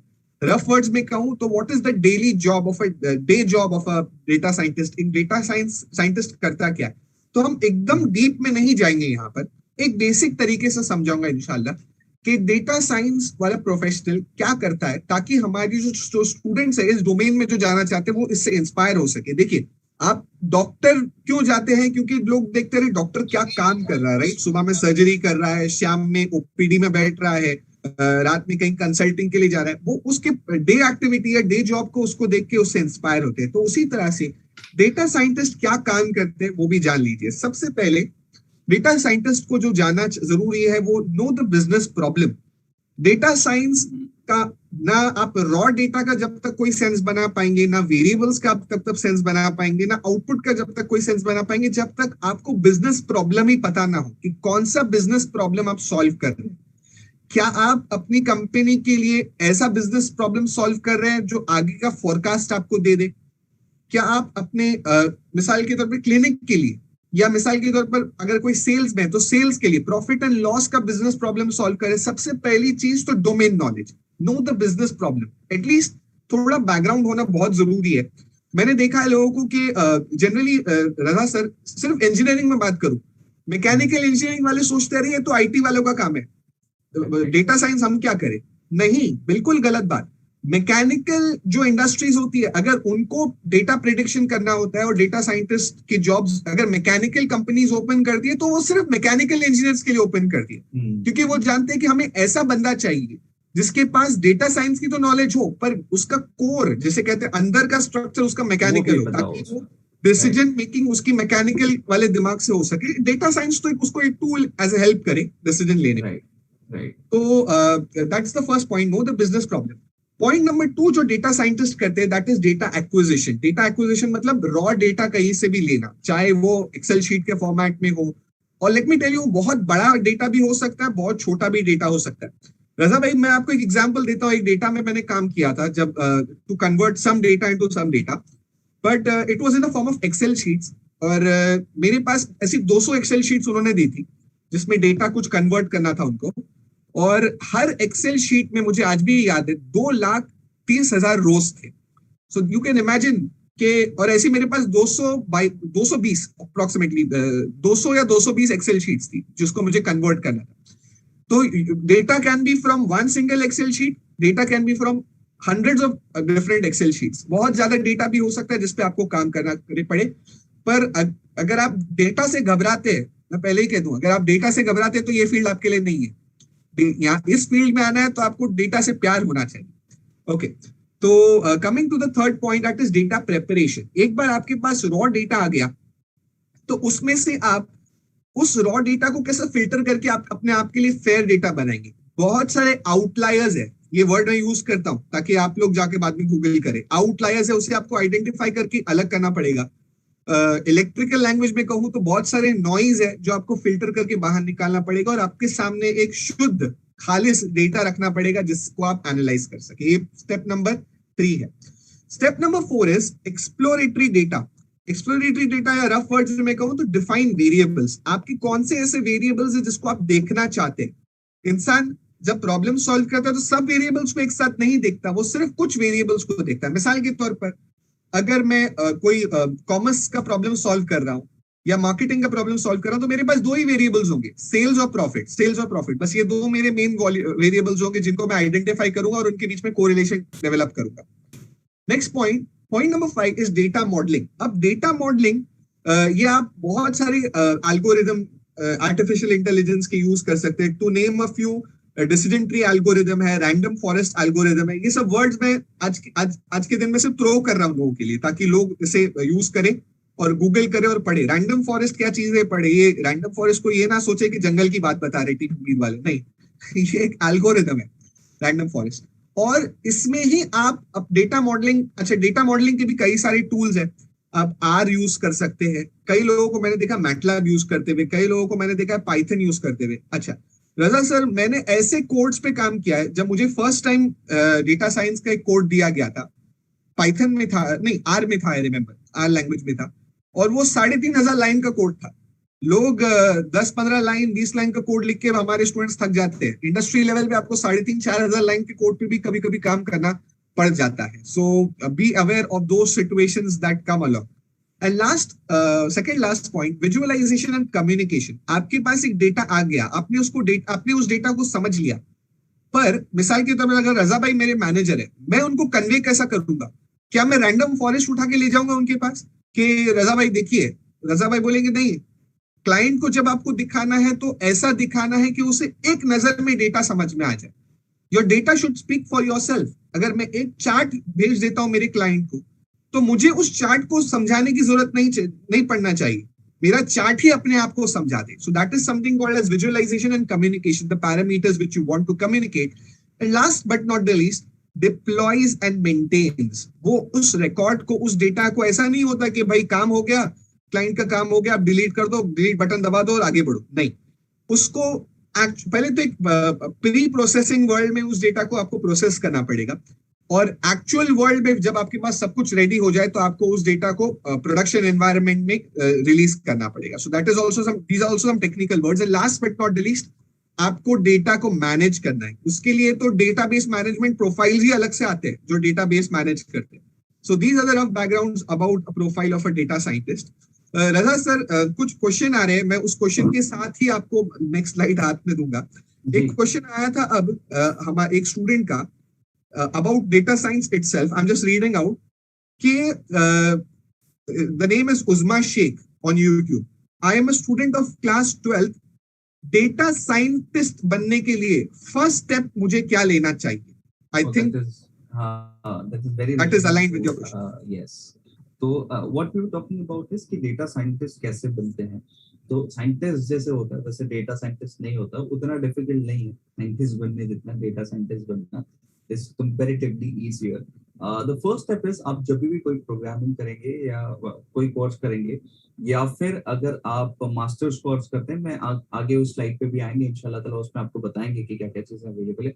तो you join as data analyst, इस पे मैंने स्टेप बाय स्टेप लिखे हैं, नंबर ऑफ इयर्स मैं अप्रोक्सीमेटली आपको बता देता हूँ आपके अंदाजे के लिए आपको पता चले। तो you don't join as a data scientist, ऐसा नहीं होता आपने कोर्स ज्वाइन कर लिया आप डेटा साइंटिस्ट बन गए, ऐसा नहीं होता। तो मिसकंसेप्शन बहुत सारे लोगों के दिमाग में होती है, बच्चों को पता नहीं होता। तो पहले आप डेटा एनालिस्ट बनते हो, उसके बाद आप इसमें 3-4 साल 5 साल स्पेंड करते हो, then you become a business analyst और प्रोजेक्ट मैनेजर।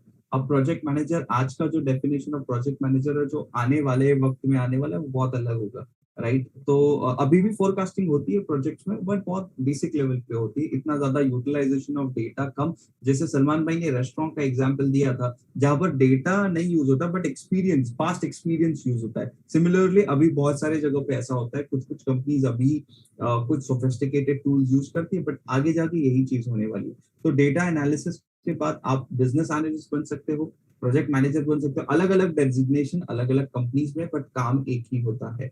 उसके बाद you become junior data scientist, ठीक है। फिर जो जूनियर डेटा साइंटिस्ट बनते हैं, डेटा साइंटिस्ट अच्छा, मैंने ये जो करियर ग्राफ बताया ना ये सिर्फ डेटा साइंटिस्ट बनने के ग्राफ है। इसके बाद मैं आपको बता दूं, डेटा एनालिस्ट के बाद आप जब बिजनेस एनालिस्ट या प्रोजेक्ट मैनेजर या इंफॉर्मेशन मैनेजर जो भी डेजिग्नेशन आपकी कंपनी में होगा वो जब भी आप बन जाते हैं, इसके बाद there is a window that opens and you can get into anything.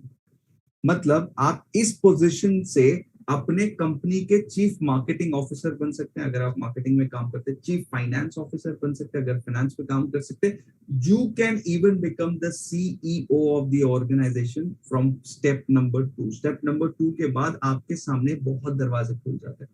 ये जो चार्ट है ये सिर्फ उन लोगों के लिए है जिनको डेटा साइंटिस्ट बनना है। लेकिन अगर नॉर्मल करियर अगर आपको चाहिए, नॉर्मल करियर की अगर मैं बात करूं तो डेटा एनालिस्ट, बिजनेस एनालिस्ट के बाद आपके पास बहुत सारे ऑप्शंस ओपन हो जाते हैं और फिर आप जूनियर साइंटिस्ट बन सकते हैं और फिर डेटा साइंटिस्ट बन सकते हैं। एक सवाल में एक जवाब बहुत सारे लोगों के मन में होगा कि ये तो कहीं ज्यादा लोगों के इसमें दिख ही नहीं रही है, ज्यादातर करियर अपॉर्चुनिटीज जो है वो junior data scientist data scientist की कहाँ मिलेगी। तो अभी फिलहाल जो है ज्यादातर एमएनसीज में ये पोजीशंस अवेलेबल है। तो अभी करने का बेनिफिट ये है ये प्रोग्राम कि अभी आपको जो अपॉर्चुनिटीज मिलेंगी वो मल्टीनेशनल कंपनीज में मिलेगी, राइट। आगे जाके इसको इसका डोमेस्टिकेशन भी होगा, ऑफ कोर्स डोमेस्टिक कंपनीज भी इसको यूज करने लग जाएंगी और फिर these opportunities will be widely used, ठीक है। तो अब सवाल ये बनता है सर कि डेटा एनालिस्ट से डेटा साइंटिस्ट बनने में कितना वक्त लग जाएगा। तो डेटा एनालिस्ट से डेटा साइंटिस्ट बनने के लिए अगर मॉडेस्टली भी अगर मैं बताऊं तो मुझे लगता है तकरीबन 8 साल लग जाएंगे। 7 से 8 साल आपको लगने चाहिए और इतना लगना चाहिए क्योंकि आप डेटा साइंटिस्ट हो। नाउ जो पूरा का पूरा प्रोसेस जो सलमान भाई ने बताया वो आप भले ही कर नहीं रहे हो बट आप मॉनिटर कर रहे हो and you know everything about that process. So उतना वक्त तो लगेगा ही लगेगा। हाँ, इसका शॉर्टकट भी है, इसका एक शॉर्टकट भी है। शॉर्टकट कैसा है? फॉर एग्जाम्पल आप जो है मैं ग्रेजुएशन के बाद जॉब कर सकता हूँ और फिर मैं 2 साल एग्जीक्यूटिव काम करूंगा, फिर सीनियर एग्जीक्यूटिव बनूंगा, फिर मैं टीम लीडर बनूंगा, फिर असिस्टेंट मैनेजर और फिर मैनेजर, राइट। ये पूरा एक प्रोसेस है। इस प्रोसेस में मुझे 8 साल 10 साल लग सकते हैं, राइट। या फिर मैं किसी अच्छे इंस्टीट्यूट से मास्टर्स कर सकता हूँ और ये 10 साल के प्रोसेस को कंप्लीट करके कम करके 2 साल की डिग्री के बाद डायरेक्टली मैनेजर की पोजीशन में बन सकते हो, राइट। सिमिलरली एजुकेशन में ऐसा ही होता है। ये किस तरह से करना चाहिए, इसमें कौन से कोर्सेज है और किस तरीके से आप कर सकते हैं, इस पे इंशाल्लाह ताला आगे वाली स्लाइड में बात करेंगे। बट नेक्स्ट स्लाइड में जो हम आपको दिखाना चाहते हैं कुछ न्यूज़पेपर के cutout, this is very recent, ये 2020 का है कि 2020 में जब लोगों के पास जॉब नहीं थी and people were asked to move out of their jobs, lay off किया गया इतने सारे लोगों को। डेटा साइंस में सिर्फ इंडिया में 1 लाख पोजीशंस वेकेंट थी। वेकेंट का मायना ये है कि जॉब थी, लोग नहीं थे उनके पास। तो सलमान भाई ने जैसे स्टार्टिंग में आपको बताया था ये कुछ कम ऐसी फील्ड्स होती है जहां पर बहुत सारी ओपनिंग्स है बट लोग नहीं। लोग किस लिए नहीं? क्वालिफाइड लोग नहीं। लोग तो बहुत सारे हैं ना, इंडिया में पॉपुलेशन थोड़ी कम है, 1.35 बिलियन लोगों की पॉपुलेशन है हमारी, लेकिन क्वालिफाइड लोग जिनको ये चीज आती है, जो एनालिसिस कर सकते हैं, ऐसे लोग नहीं है, इसीलिए वहां पर जो है अपॉर्चुनिटीज बिल्कुल कम है। ये अगेन कुछ कंपनीज है, ये बहुत कम, जैसे मैं आपको पिछली स्लाइड में बता रहा था, एमएनसी कंपनीज ने तो अभी हायर करना जोरों शोरों में शुरू कर दिया है, बट ये ट्रेंड आने वाले 2 सालों में, 1 साल में, जो स्टूडेंट आज 12th स्टैंडर्ड में है या टीवाई के पढ़ाई कर रहे हैं, या in fact 10th standard 9th standard के जो बच्चे हैं, वो अगर इसको देखना चाहें तो इस हिसाब से प्लान कर सकते हैं अपने करियर को। इसमें एक सलमान भाई, एक बड़ी इंटरेस्टिंग चीज बता दूं मैं आपको जी। इंटरेस्टिंग चीज भाई ये है कि ऐसा बिल्कुल भी नहीं है कि डेटा साइंटिस्ट बनने के लिए मुझे ग्रेजुएशन करनी पड़ेगी या पोस्ट ग्रेजुएशन करनी पड़ेगी। करेक्ट। ग्रेजुएशन आपको क्यों करनी पड़ी? आप 10वीं के बाद 12वीं के बाद अपनी पढ़ाई शुरू कर सकते हैं, कोई दिक्कत नहीं है। लेकिन ग्रेजुएशन क्यों जरूरी है पता है? क्योंकि आजकल कंपनी में रूल है कि without graduation you can not hire people. इसीलिए आपको वो ट्रेंड आएगा, वो एक ट्रेंड वो भी आएगा आने वाले 10 सालों में। एक ट्रेंड ये भी आएगा कि डिग्री की कोई वैल्यू नहीं होगी, आपके स्किल्स के बेसिस पे आपको जॉब मिलेगा। तो आप ग्रेजुएट है या नहीं वो पता नहीं और जरूरत नहीं, लेकिन अगर आप हैकिंग अच्छी कर लेते हैं, एथिकल हैकर है, तो आपको लोग जॉब दे देंगे। अगर आप एनालिसिस अच्छा कर लेते हैं तो आपको लोग जॉब दे देंगे, भले आप ग्रेजुएट हो नहीं हो, उससे कोई लेना देना नहीं, यूनिवर्सिटी ड्रॉप आउट हो तो भी कोई फर्क नहीं पड़ता। वो ट्रेंड आएगा, जब आएगा तब की बात। स्टूडेंट्स अभी से एक्साइटेड होने की जरूरत नहीं है, ठीक है? तो राइट। अभी आपके लिए कंपलसरी है कि आपको ग्रेजुएशन कंप्लीट करना है, क्योंकि आज 99% कंपनीज में ये रूल है कि ग्रेजुएट होगा तो ही जॉब मिलेगी। अब छोटी मोटी अनरजिस्टर्ड कंपनीज अगर आप यहाँ पर काम करना चाहते हैं तो फिर वो आपकी मर्जी, लेकिन अच्छी कंपनी में, बड़ी कंपनियों में अगर आप जॉब करना चाहते हैं, अच्छी सैलरी अर्न करना चाहते हैं, तो graduation is must. But data science सीखने के लिए ग्रेजुएशन की कोई ऐसी नहीं है कि डेटा साइंस सीख रहे हैं तो आपको ग्रेजुएट होना चाहिए। विदाउट ग्रेजुएशन भी as a student, 12th standard student, आप इसको शुरू कर सकते हैं। तो इसको किस करेक्ट। तरह से करना है अगली साइड पे हम लोग देखते हैं। There are 2 ways of doing that. हर चीज की तरह कि आप जो है ऑनलाइन ऑफलाइन कोर्सेज होते हैं जो प्राइवेट इंस्टीट्यूट करते हैं, उनके थ्रू कर सकते हैं, या यूनिवर्सिटी के कुछ प्रोग्राम्स होते हैं उनके थ्रू कर सकते हैं। पहले मैं ऑनलाइन ऑफलाइन कोर्सेज के बारे में बता दूं। इसमें क्या होता है कि आप जो है ऑनलाइन या ऑफलाइन, ऑनलाइन भी कोर्सेज हो रहे हैं, और आजकल क्योंकि कॉलेजेस खुल गए, इंस्टीट्यूट्स खुल गए हैं, कंप्यूटर इंस्टीट्यूट्स ये वो वगैरह, तो ऑफलाइन भी सिखाया जा रहा है इसको। आप दोनों में से कोई भी कर सकते हैं। प्रोफेशनल्स के लिए स्पेशली वीकेंड बैचेस होती हैं या फिर इवनिंग बैचेस होते हैं। जैसे one of the batches that I was part of was 8 to 10 batch. Evening में 8 से 10 का बैच होता था।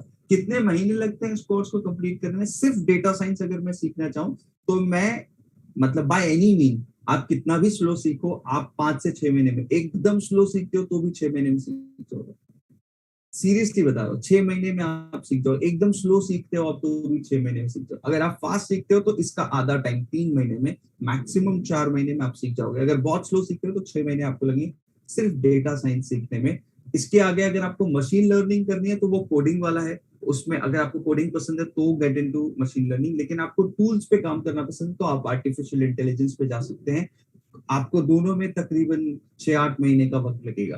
तो ये कोर्सेज की अगर आप देखें ना सलमान भाई, 1 साल में मैं डेटा साइंस और artificial intelligence self paced learning पे सीख सकता हूँ।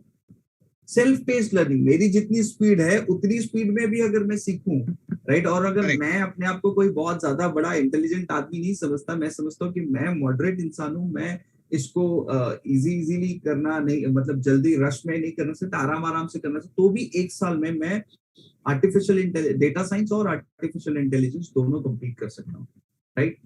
अब हमारा सजेशन क्या है आपको? हमारा सजेशन ये है कि जब आप पहले अपना डेटा साइंस का प्रोग्राम कंप्लीट कर लें, उसके बाद 1-2 साल काम करें, राइट। इंडस्ट्री में काम करें, डोमेन नॉलेज एक्वायर करें, या डोमेन नॉलेज आपके पास ऑलरेडी थी, आपने कोर्स किया, तो उस कोर्स में जो नॉलेज आपने यूज की, एक्वायर करी है, उस नॉलेज को इम्प्लीमेंट करें, राइट। उसके बाद एक कोर्स आता है जो अगेन आप अपने जॉब के साथ भी कर सकते हैं, या फिर अगर स्टूडेंट है तो स्टूडेंट कभी भी कर सकते हैं इसको, बट स्टूडेंट को नहीं करना चाहिए। जैसे मैंने आपको बताया कि 1-2 साल काम करके ही करना चाहिए। इसको कहते हैं full stack data science programme. बहुत सारे इंस्टीट्यूट्स उसको प्रोवाइड करते हैं, ऑनलाइन भी ऑफलाइन भी। ये तकरीबन 1 साल का प्रोग्राम होता है। ये वो एमबीए है जो जिसकी मैं बात कर रहा था ना, कि 8 साल लगेंगे मुझे एग्जीक्यूटिव से मैनेजर बनने के लिए, तो मैं एमबीए कर लूं करेक्ट। किसी अच्छी कंपनी से तो मैं डायरेक्टली मैनेजर बन सकता है। वैसे ही डेटा साइंस का एमबीए ये जो है ये full stack data science course होता है। तो आपने full stack data science course कर लिया तो आप डायरेक्टली या तो डेटा साइंटिस्ट या junior data scientist, depending upon your past experience, your domain expertise and how well you perform in your interview, आपको ये दो पोजीशन में से एक पोजीशन मिल सकती है। राइट, तो डेटा साइंटिस्ट बनने का आसान तरीका क्या है, एक कोर्स कर लीजिए। मेरा ये सजेशन है कि लाइव सेशंस जिसमें होते हैं ना, अगर आप ऑनलाइन भी कर रहे हैं, क्योंकि ज्यादातर ऑनलाइन कोर्सेज होता है, रिकॉर्डेड वर्जन्स के लिए मत जाइए। उसमें बहुत सारी चीजें होती है, पता नहीं कब रिकॉर्ड हुआ है।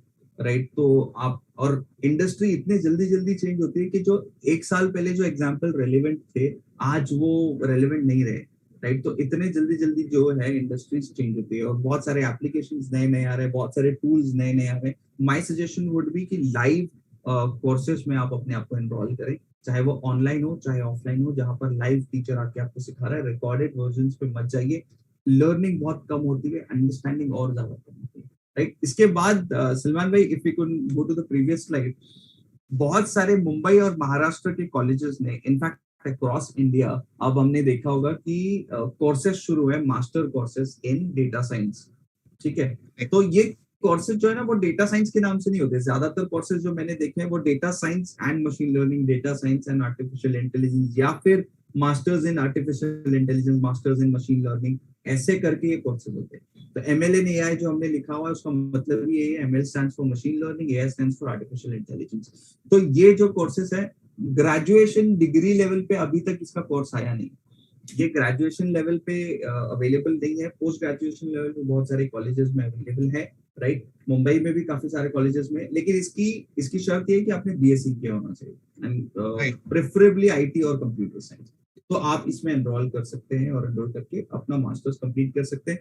तो इसका एमएल या एआई भले ही वो कहते हैं, लेकिन इसका जो फर्स्ट ईयर होता है ना उसमें आपको डेटा साइंस, बिग डेटा, ये सारी चीजें आपको सिखाई जाती है। इसका फर्स्ट ईयर इस तरीके से कंप्लीट। तो आप दो तरीके से कर सकते हैं, या आप प्रोफेशनल, अगर आप स्टूडेंट है ग्रेजुएशन के बारे में सोच रहे हो, कंप्यूटर साइंस वगैरह आपने किया है या आईटी किया है, तो आप मास्टर्स प्रोग्राम में जा सकते हैं यूनिवर्सिटी से। अगर आप कॉमर्स वाले स्टूडेंट है, आर्ट्स वाले हैं, कोई और प्रोफेशनल कोर्स कर रहे हैं, या फिर आप वर्किंग प्रोफेशनल है जो कॉलेज नहीं जा सकते हैं, वो ऑनलाइन एंड ऑफलाइन जो कोर्सेज आजकल इंस्टीट्यूट्स में अवेलेबल, बहुत अच्छे अच्छे कोर्सेज अवेलेबल है अल्हम्दुलिल्लाह, आप उनमें से किसी एक को कर सकते हैं। जैसे हमने आपको सजेस्ट किया है, the best way of doing is कि आप पहले एक कोर्स कर लीजिए, फिर 1-2 साल उस पर काम कीजिए, उससे रिलेटेड जॉब कीजिए, and then go for a full stack data science programme. बहुत सारे इंस्टीट्यूट्स आपको बोलेंगे कि नहीं सर आप पहले ही फुल स्टैक में एनरोल कर लीजिए, ये कर लीजिए, वो कर, don't fall for that trap. आप उस ट्रैप को अवॉइड कीजिए, पहले आप सीखिए, उसके बाद काम कीजिए, 1-2 साल जॉब कीजिए, and then go for full stack. इंशाल्लाह ताला इसका बहुत ज्यादा फायदा आपको मिलेगा। अब डेटा साइंस में क्या सीखना है, ये फाइनल लास्ट स्लाइड पे जाते हैं। तो सलमान भाई, दीज आर द टूल्स जो एज अ डेटा साइंटिस्ट आपको आनी चाहिए। टैबलू है, पावर बीआई है, आपको आर, पाइथन, ये सारी चीज इनफैक्ट जो है ना सिखाए जाते हैं, ये सारे टूल्स आपको। तो इसका स्क्रीनशॉट आप ले सकते हैं, जब भी किसी इंस्टीट्यूट में आप जाएंगे तो बहुत सारे लोगों का क्वेरी होता है, जब भी हम ऐसा बोलते हैं कि आप कोई ऑनलाइन कोर्स कर लीजिए, ऑनलाइन ऑफलाइन कोर्स कर लीजिए, बहुत सारे बच्चे ये पूछते हैं कि सर आप बताइए कौन से इंस्टीट्यूट में जाएं। इनफैक्ट इस सेशन के बाद भी आपको भी और मुझे भी हम पता है कि कितने सारे मैसेजेस आने वाले आस्किंग द सेम क्वेश्चन कि आप रेकमेंड कीजिए कोई इंस्टीट्यूट। तो recommendation actually becomes very difficult. तो हम आपको सजेस्ट ये कर रहे हैं कि इसका एक स्क्रीनशॉट ले लीजिए। एनी इंस्टीट्यूट, आपको 2 चीजें देखनी होती है इंस्टीट्यूट में एनरोल करने से पहले, एक्चुअली 3 चीजें देख लीजिए आप, बहुत सारे फैक्टर्स हैं देखने वाले, लेकिन फंडामेंटली 2-3 चीजें देख लीजिए। एक तो ये सारे टूल्स वो कवर कर रहे हैं क्या, अगर ये सारे टूल्स, इसमें और भी टूल्स होने चाहिए जो हमने इधर पे, जैसे फॉर एग्जांपल मैटलैब होना चाहिए, तो अगर वो नहीं है तो थोड़ी सी दिक्कत है। तो ये बेसिकली फंडामेंटली ये सारे टूल्स तो आपको कवर होने चाहिए in any course that you are enrolling. दूसरी चीज ये आपको देखनी है कि उसके बारे में रिव्यू क्या लिखा है। गूगल रिव्यू पढ़ लीजिए, आपके बहुत सारे वेबसाइट्स है जो रिव्यू देती है, मतलब माउथ शॉट वगैरह पे भी आपको रिव्यू मिल जाते हैं। तो रिव्यू एक बार पढ़ लीजिए उस इंस्टीट्यूट के बारे में कि उस इंस्टीट्यूट के बारे में लोगों ने क्या रिव्यू दिया। और थर्ड जो इंपॉर्टेंट एस्पेक्ट है, उसके अलुमनाइज कहाँ काम कर रहे हैं। जिन्होंने उस कंपनी से सॉरी उस इंस्टीट्यूट से कोर्स किया है वो करंटली किस कंपनी में किस प्रोफाइल में काम करे। अगर ये तीन चीज अगर आपने आइडेंटिफाई कर ली है, ये तीन चीज उनसे पूछ ली, तो आपको डिसीजन लेने में काफी आसानी हो जाएगी, क्योंकि आपको पता चल जाएगा कि हाँ ये प्रोफेशनल कितने लेवल के या किस हद तक प्रोफेशनल लोग हैं। तो these are the tools that you should focus on learning, and if you learn these things तो इंशाल्लाह ताला उसमें बहुत ज्यादा आपको फायदा मिलेगा। तो ये हमारा कुछ एक छोटा सा प्रेजेंटेशन था on what is data science, how can you Right. Make a career in data science, what are the different career opportunities in data science, कौन से टूल्स होने चाहिए, कौन से कोर्सेस है।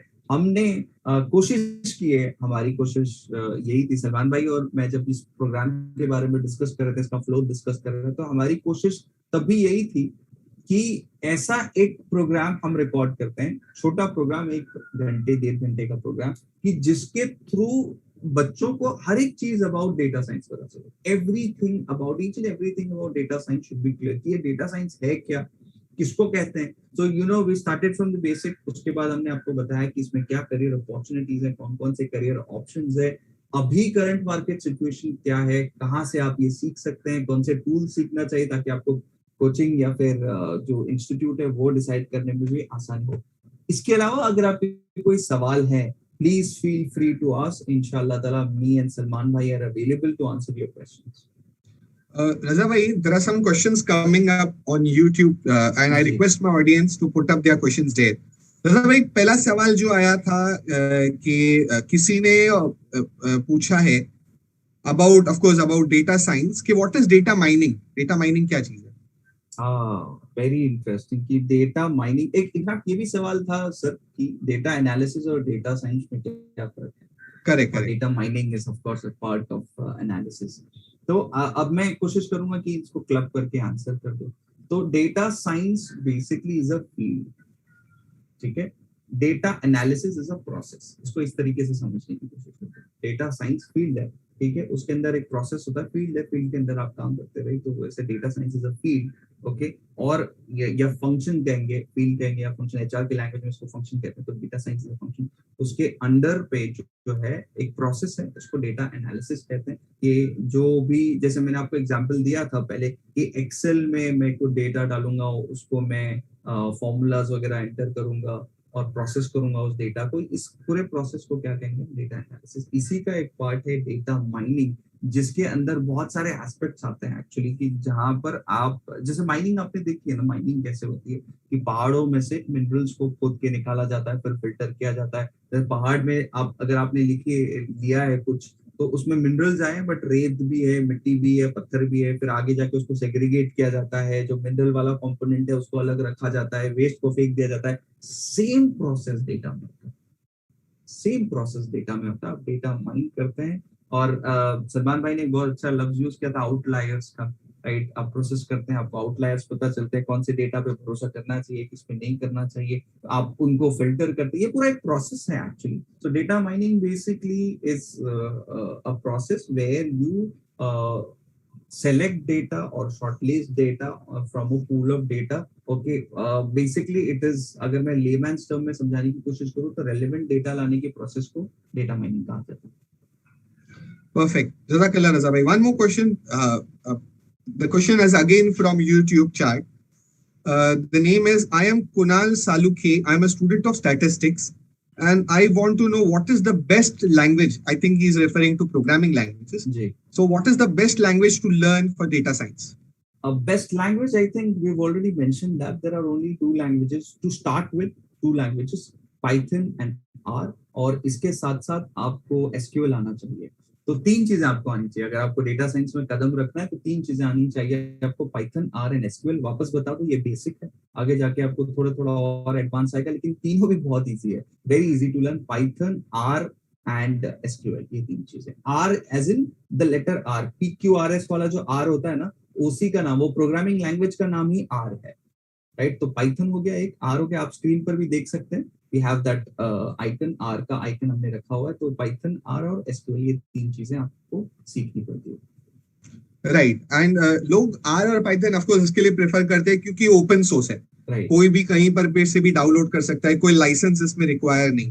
फ्री। रजा सर, एक सवाल मुझे कॉन्स्टेंटली आता था डेटा साइंस के ऊपर। मेरा उस पर एक ओपिनियन था, बट मैं चाहता था आप भी उस पर रिफ्लेक्ट करें। लोग कुछ पूछते थे कि कुछ लोगों ने मुझे कॉल किया कि सर, कुछ डेटा साइंस की कंपनीज हमें कॉल करती है और कहती है कि buy a course from us. अब वो 2-3 लाख रुपए का कोर्स है, कुछ लोगों ने वो कोर्स ले लिया, पैसे भी पे कर दिए, बहुत सारा 50% अमाउंट पे कर दी। बाद में उनको रियलाइज हुआ कि हमारे लिए data science is not a field for us, जिसे कहते हैं जोर जोश में एड देखने के चक्कर में आगे बढ़ गए। मेरा उनको रिकमेंडेशन ये था कि आप अगर डेटा साइंस में जाना चाहते हो तो पहले ही आप 2 लाख का इन्वेस्टमेंट मत कर दीजिए। आप यूट्यूब पे एटलीस्ट 2 से 3 घंटा डेटा साइंस के बारे में फ्री ट्यूटोरियल्स देख लीजिए, फिर आपको इंटरेस्ट आता है तो आप उस फील्ड में जाइए। So would you like to reflect on this aspect? अल्हम्दुलिल्लाह सलमान भाई, आपने बहुत इम्पोर्टेंट तार छेड़ी है। इसमें ये इम्पोर्टेंट एस्पेक्ट क्या है पता है? आप तो जो कह रहे हैं कि फ्री में करें, तो मैं फ्री वाला तो ज्यादा रेकमेंड नहीं करता हूँ। उसका बहुत सारे रीजन है, क्योंकि उसकी जो प्रोफेशनल एप्लीकेशन है ना भाई, बहुत कम है। जो फ्री यूट्यूब वीडियो से मैं सीखता हूँ ना, वो प्रोफेशनली जब मैं इंप्लीमेंट करने जाता हूँ तो बहुत कम है, क्योंकि उसकी लायबिलिटी नहीं है। उस बंदे ने सिखाया है फ्री में, अल्हम्दुलिल्लाह बहुत अच्छा काम किया है, लेकिन अब वो इंडस्ट्री में करेगा काम, चलेगा नहीं चलेगा, इसका कोई लेना देना नहीं है। तो मेरा ये है कि बहुत सारे ऐसे कोर्सेज है डेटा साइंस में भी जो 15,000, 20,000, 12,000, 13,000 में अवेलेबल है। छोटी इन्वेस्टमेंट, छोटी इन्वेस्टमेंट। और आपने बहुत सही कहा, ऐसे बहुत सारे, क्योंकि मैंने आपको बताया पिछले साल पूरा मेरा data science and artificial intelligence में ही गया हुआ है, पूरा लॉकडाउन मेरा इसी में गया। बहुत सारे लोगों ने भारी भारी अमाउंट डाल दी, क्योंकि कंपनी ने कहा कि हमारे यहाँ ओपनिंग है, आप कर लो, आपको हायर पोजीशन मिलेगी, मैनेजरियल पोजीशन मिलेगी। इन्वेस्टमेंट कर दी। After 3-4 months, even some people after 1 month itself, they realize कि this is not something that I will be able to do. मुझसे नहीं हो रहा है, मैं नहीं कर पाऊंगा, तो आगे जाके बहुत पछतावा होता है। आपने बहुत सही मुद्दे को एड्रेस किया सलमान भाई। तो यहाँ पर यही है कि हो सकता है ये प्रोग्राम देखने के बाद बहुत सारे प्रोफेशनल्स को लगे, बहुत सारे स्टूडेंट्स को लगे कि मुझे एक अच्छा कोर्स कर लेना चाहिए जिसमें data science, machine learning, artificial intelligence सब सीख लेना चाहिए। नहीं, ऐसा बिल्कुल भी नहीं। आप अगर देखेंगे तो हमने आपको फुल स्टैक कोर्स लेने से भी मना किया। फुल स्टैक कोर्स आपको 2-3 लाख रुपए या 1-1.5 लाख रुपए तक आएगा, इससे कम, बहुत कम इंस्टीट्यूट है 1 लाख रुपए तक फुल स्टैक कोर्स। लेकिन हमने आपको मना किया कि पहले फुल स्टैक ना ले, आप एक बेसिक कोर्स कर ले, फंडामेंटल सीख ले, 1-2 साल काम करें, उसके बाद go for full stack programme. So YouTube से आप सीख सकते हैं, आपको आइडिया हो जाएगा। लेकिन इनफैक्ट ये जो सलमान भाई ने आइडिया दिया, ये बहुत अच्छा आइडिया है कि even before joining a 10,000 rupees course, do a YouTube course. इससे आपको फंडामेंटल्स थोड़े से क्लियर हो जाते हैं, राइट? आपको बहुत सारी चीजें पता चल जाती है। आप उसके बाद जो जाएंगे, यूट्यूब पे बहुत सारे हिंदी में भी कोर्सेज अवेलेबल है, आप ढूंढ सकते हैं, आपको मिल जाएंगे इंशाल्लाह। अल्हम्दुलिल्लाह हमारी चैट इतनी एक्टिव होती है सलमान भाई, एसडीआई चैनल की इतनी एक्टिव चैट होती है कि अगर कोई एक सवाल पूछता है, even before we address that answer, हमारी ऑडियंस ही इतना मदद एक दूसरे को कर देती है। वी टेल कि कोई चैनल है जो हिंदी में ये बताता है, पाइथन सिखाता है, एंड आई एम श्योर अब तक कम से कम 2-3 ऐसे कमेंट आ गए होंगे जिसमें चैनल के नाम भी लोग डाल देते कि इस चैनल को रेफर करो, इस चैनल को रेफर। अल्हम्दुलिल्लाह, अल्लाह ताला सबको जज़ाए खैर दे। तो ये जो चीजें हैं, ये आप कर सकते हैं। पहले आप एक छोटा सा प्रोग्राम ऑनलाइन देख लीजिए, उसके बाद 10-20 हजार वाला कोर्स कीजिए। जब आपको लगे, आप इत्मीनान हो जाए कि this is something that I want to get into, तब आप एक बड़ा इन्वेस्टमेंट करने के लिए तैयार। correct, absolutely. Raza bhai, would you like to announce the future programs on Python coming up by SDA? अल्हम्दुलिल्लाह, यस, अल्हम्दुलिल्लाह। आप लोगों को 2-3 चीजें बता देता हूँ मैं। इंशाअल्लाह ताला बहुत ही जल्दी हम वेबसाइट, आप लोगों को पता ही है, टीम उम्मीद की वेबसाइट ऑलरेडी आप है, बट वेबसाइट पे भी अपग्रेडेशंस कुछ आ रहे हैं। बच्चों के लिए कुछ सरप्राइजेस हमने रखे हुए हैं, और इंशाल्लाह ताला बहुत जल्दी वो अनाउंस हो जाएंगी। बट जैसे कि आप लोगों ने वेबसाइट्स देखे होंगे, कॉर्सेरा देखा होगा, यूडेमी देखा होगा, जहाँ पर ऑनलाइन आप कोर्सेस कर सकते हैं, सीख सकते हैं। हमने एक कॉन्सेप्ट निकाला था वर्कशॉप बेस्ड लर्निंग का फॉर प्रोफेशनल, जिसमें हम अलग अलग वर्कशॉप कंडक्ट करके लोगों को सिखाते थे। 2 वर्कशॉप जो ऑलरेडी मैंने इस प्रोग्राम में जिनका नाम ले लिया है, वो पहला हमारा वर्डप्रेस का वर्कशॉप है जो बहुत जल्दी होने वाला है इंशाल्लाह ताला, और एक वर्कशॉप जो दिसंबर में, मिड ऑफ दिसंबर में होगा इंशाल्लाह, वुड बी ऑन पाइथन।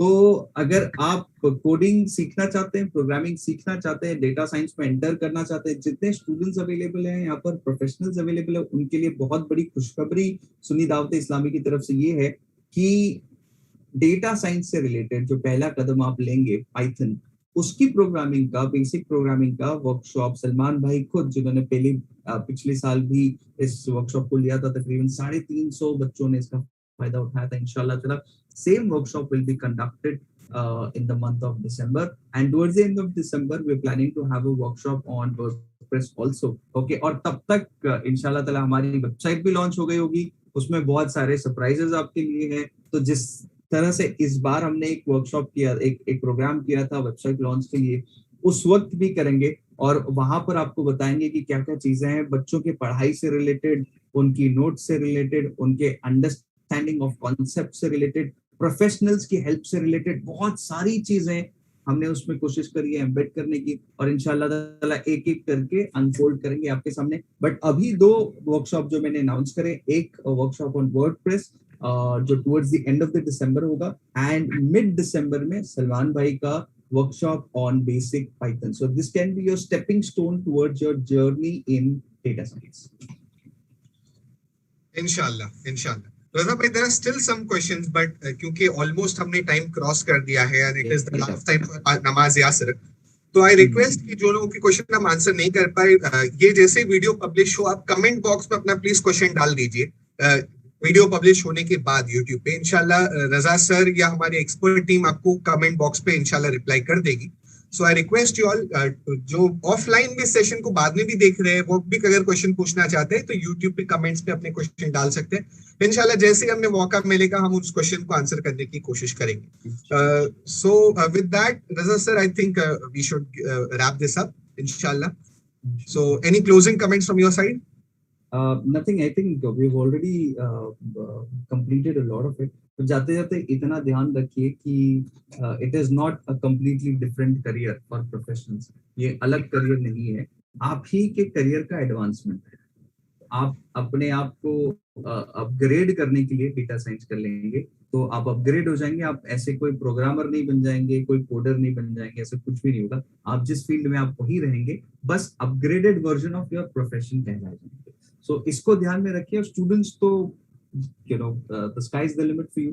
अगर अभी से आप प्लान करते हैं ऐसा कुछ करने का, इंशाल्लाह ताला बहुत फायदा होगा। पाइथन अगर आप अभी सीख लेंगे, 8, 9, 10 स्टैंडर्ड, 12 स्टैंडर्ड, टीवाई तक भी अगर आप हैं, सीख सकते हैं इजीली, और आगे जाके इसका इंशाल्लाह ताला बहुत फायदा आप सबको मिलेगा। इंशाल्लाह इंशाल्लाह। Thank you so much Raza भाई फॉर योर टाइम, जज़ाकल्लाह फॉर जॉइनिंग अस। तो नाजरीन, आज ये था हमारा स्पेशल प्रोग्राम आपकी बहुत सारी डिमांड पर, data science, career in data science, कौन होते हैं डेटा साइंटिस्ट। तो टीम उम्मीद ये उम्मीद करती है कि आपको आज के प्रोग्राम से काफी कुछ नई चीजें जानने का मौका मिला होगा।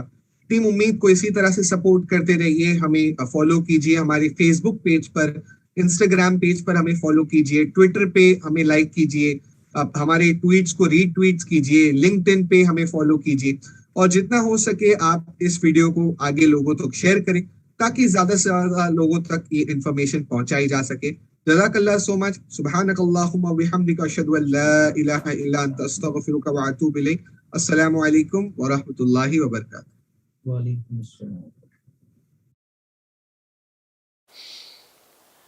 अस्सलामु अलैकुम व रहमतुल्लाहि व बरकातुहू। अल्हम्दुलिल्लाह।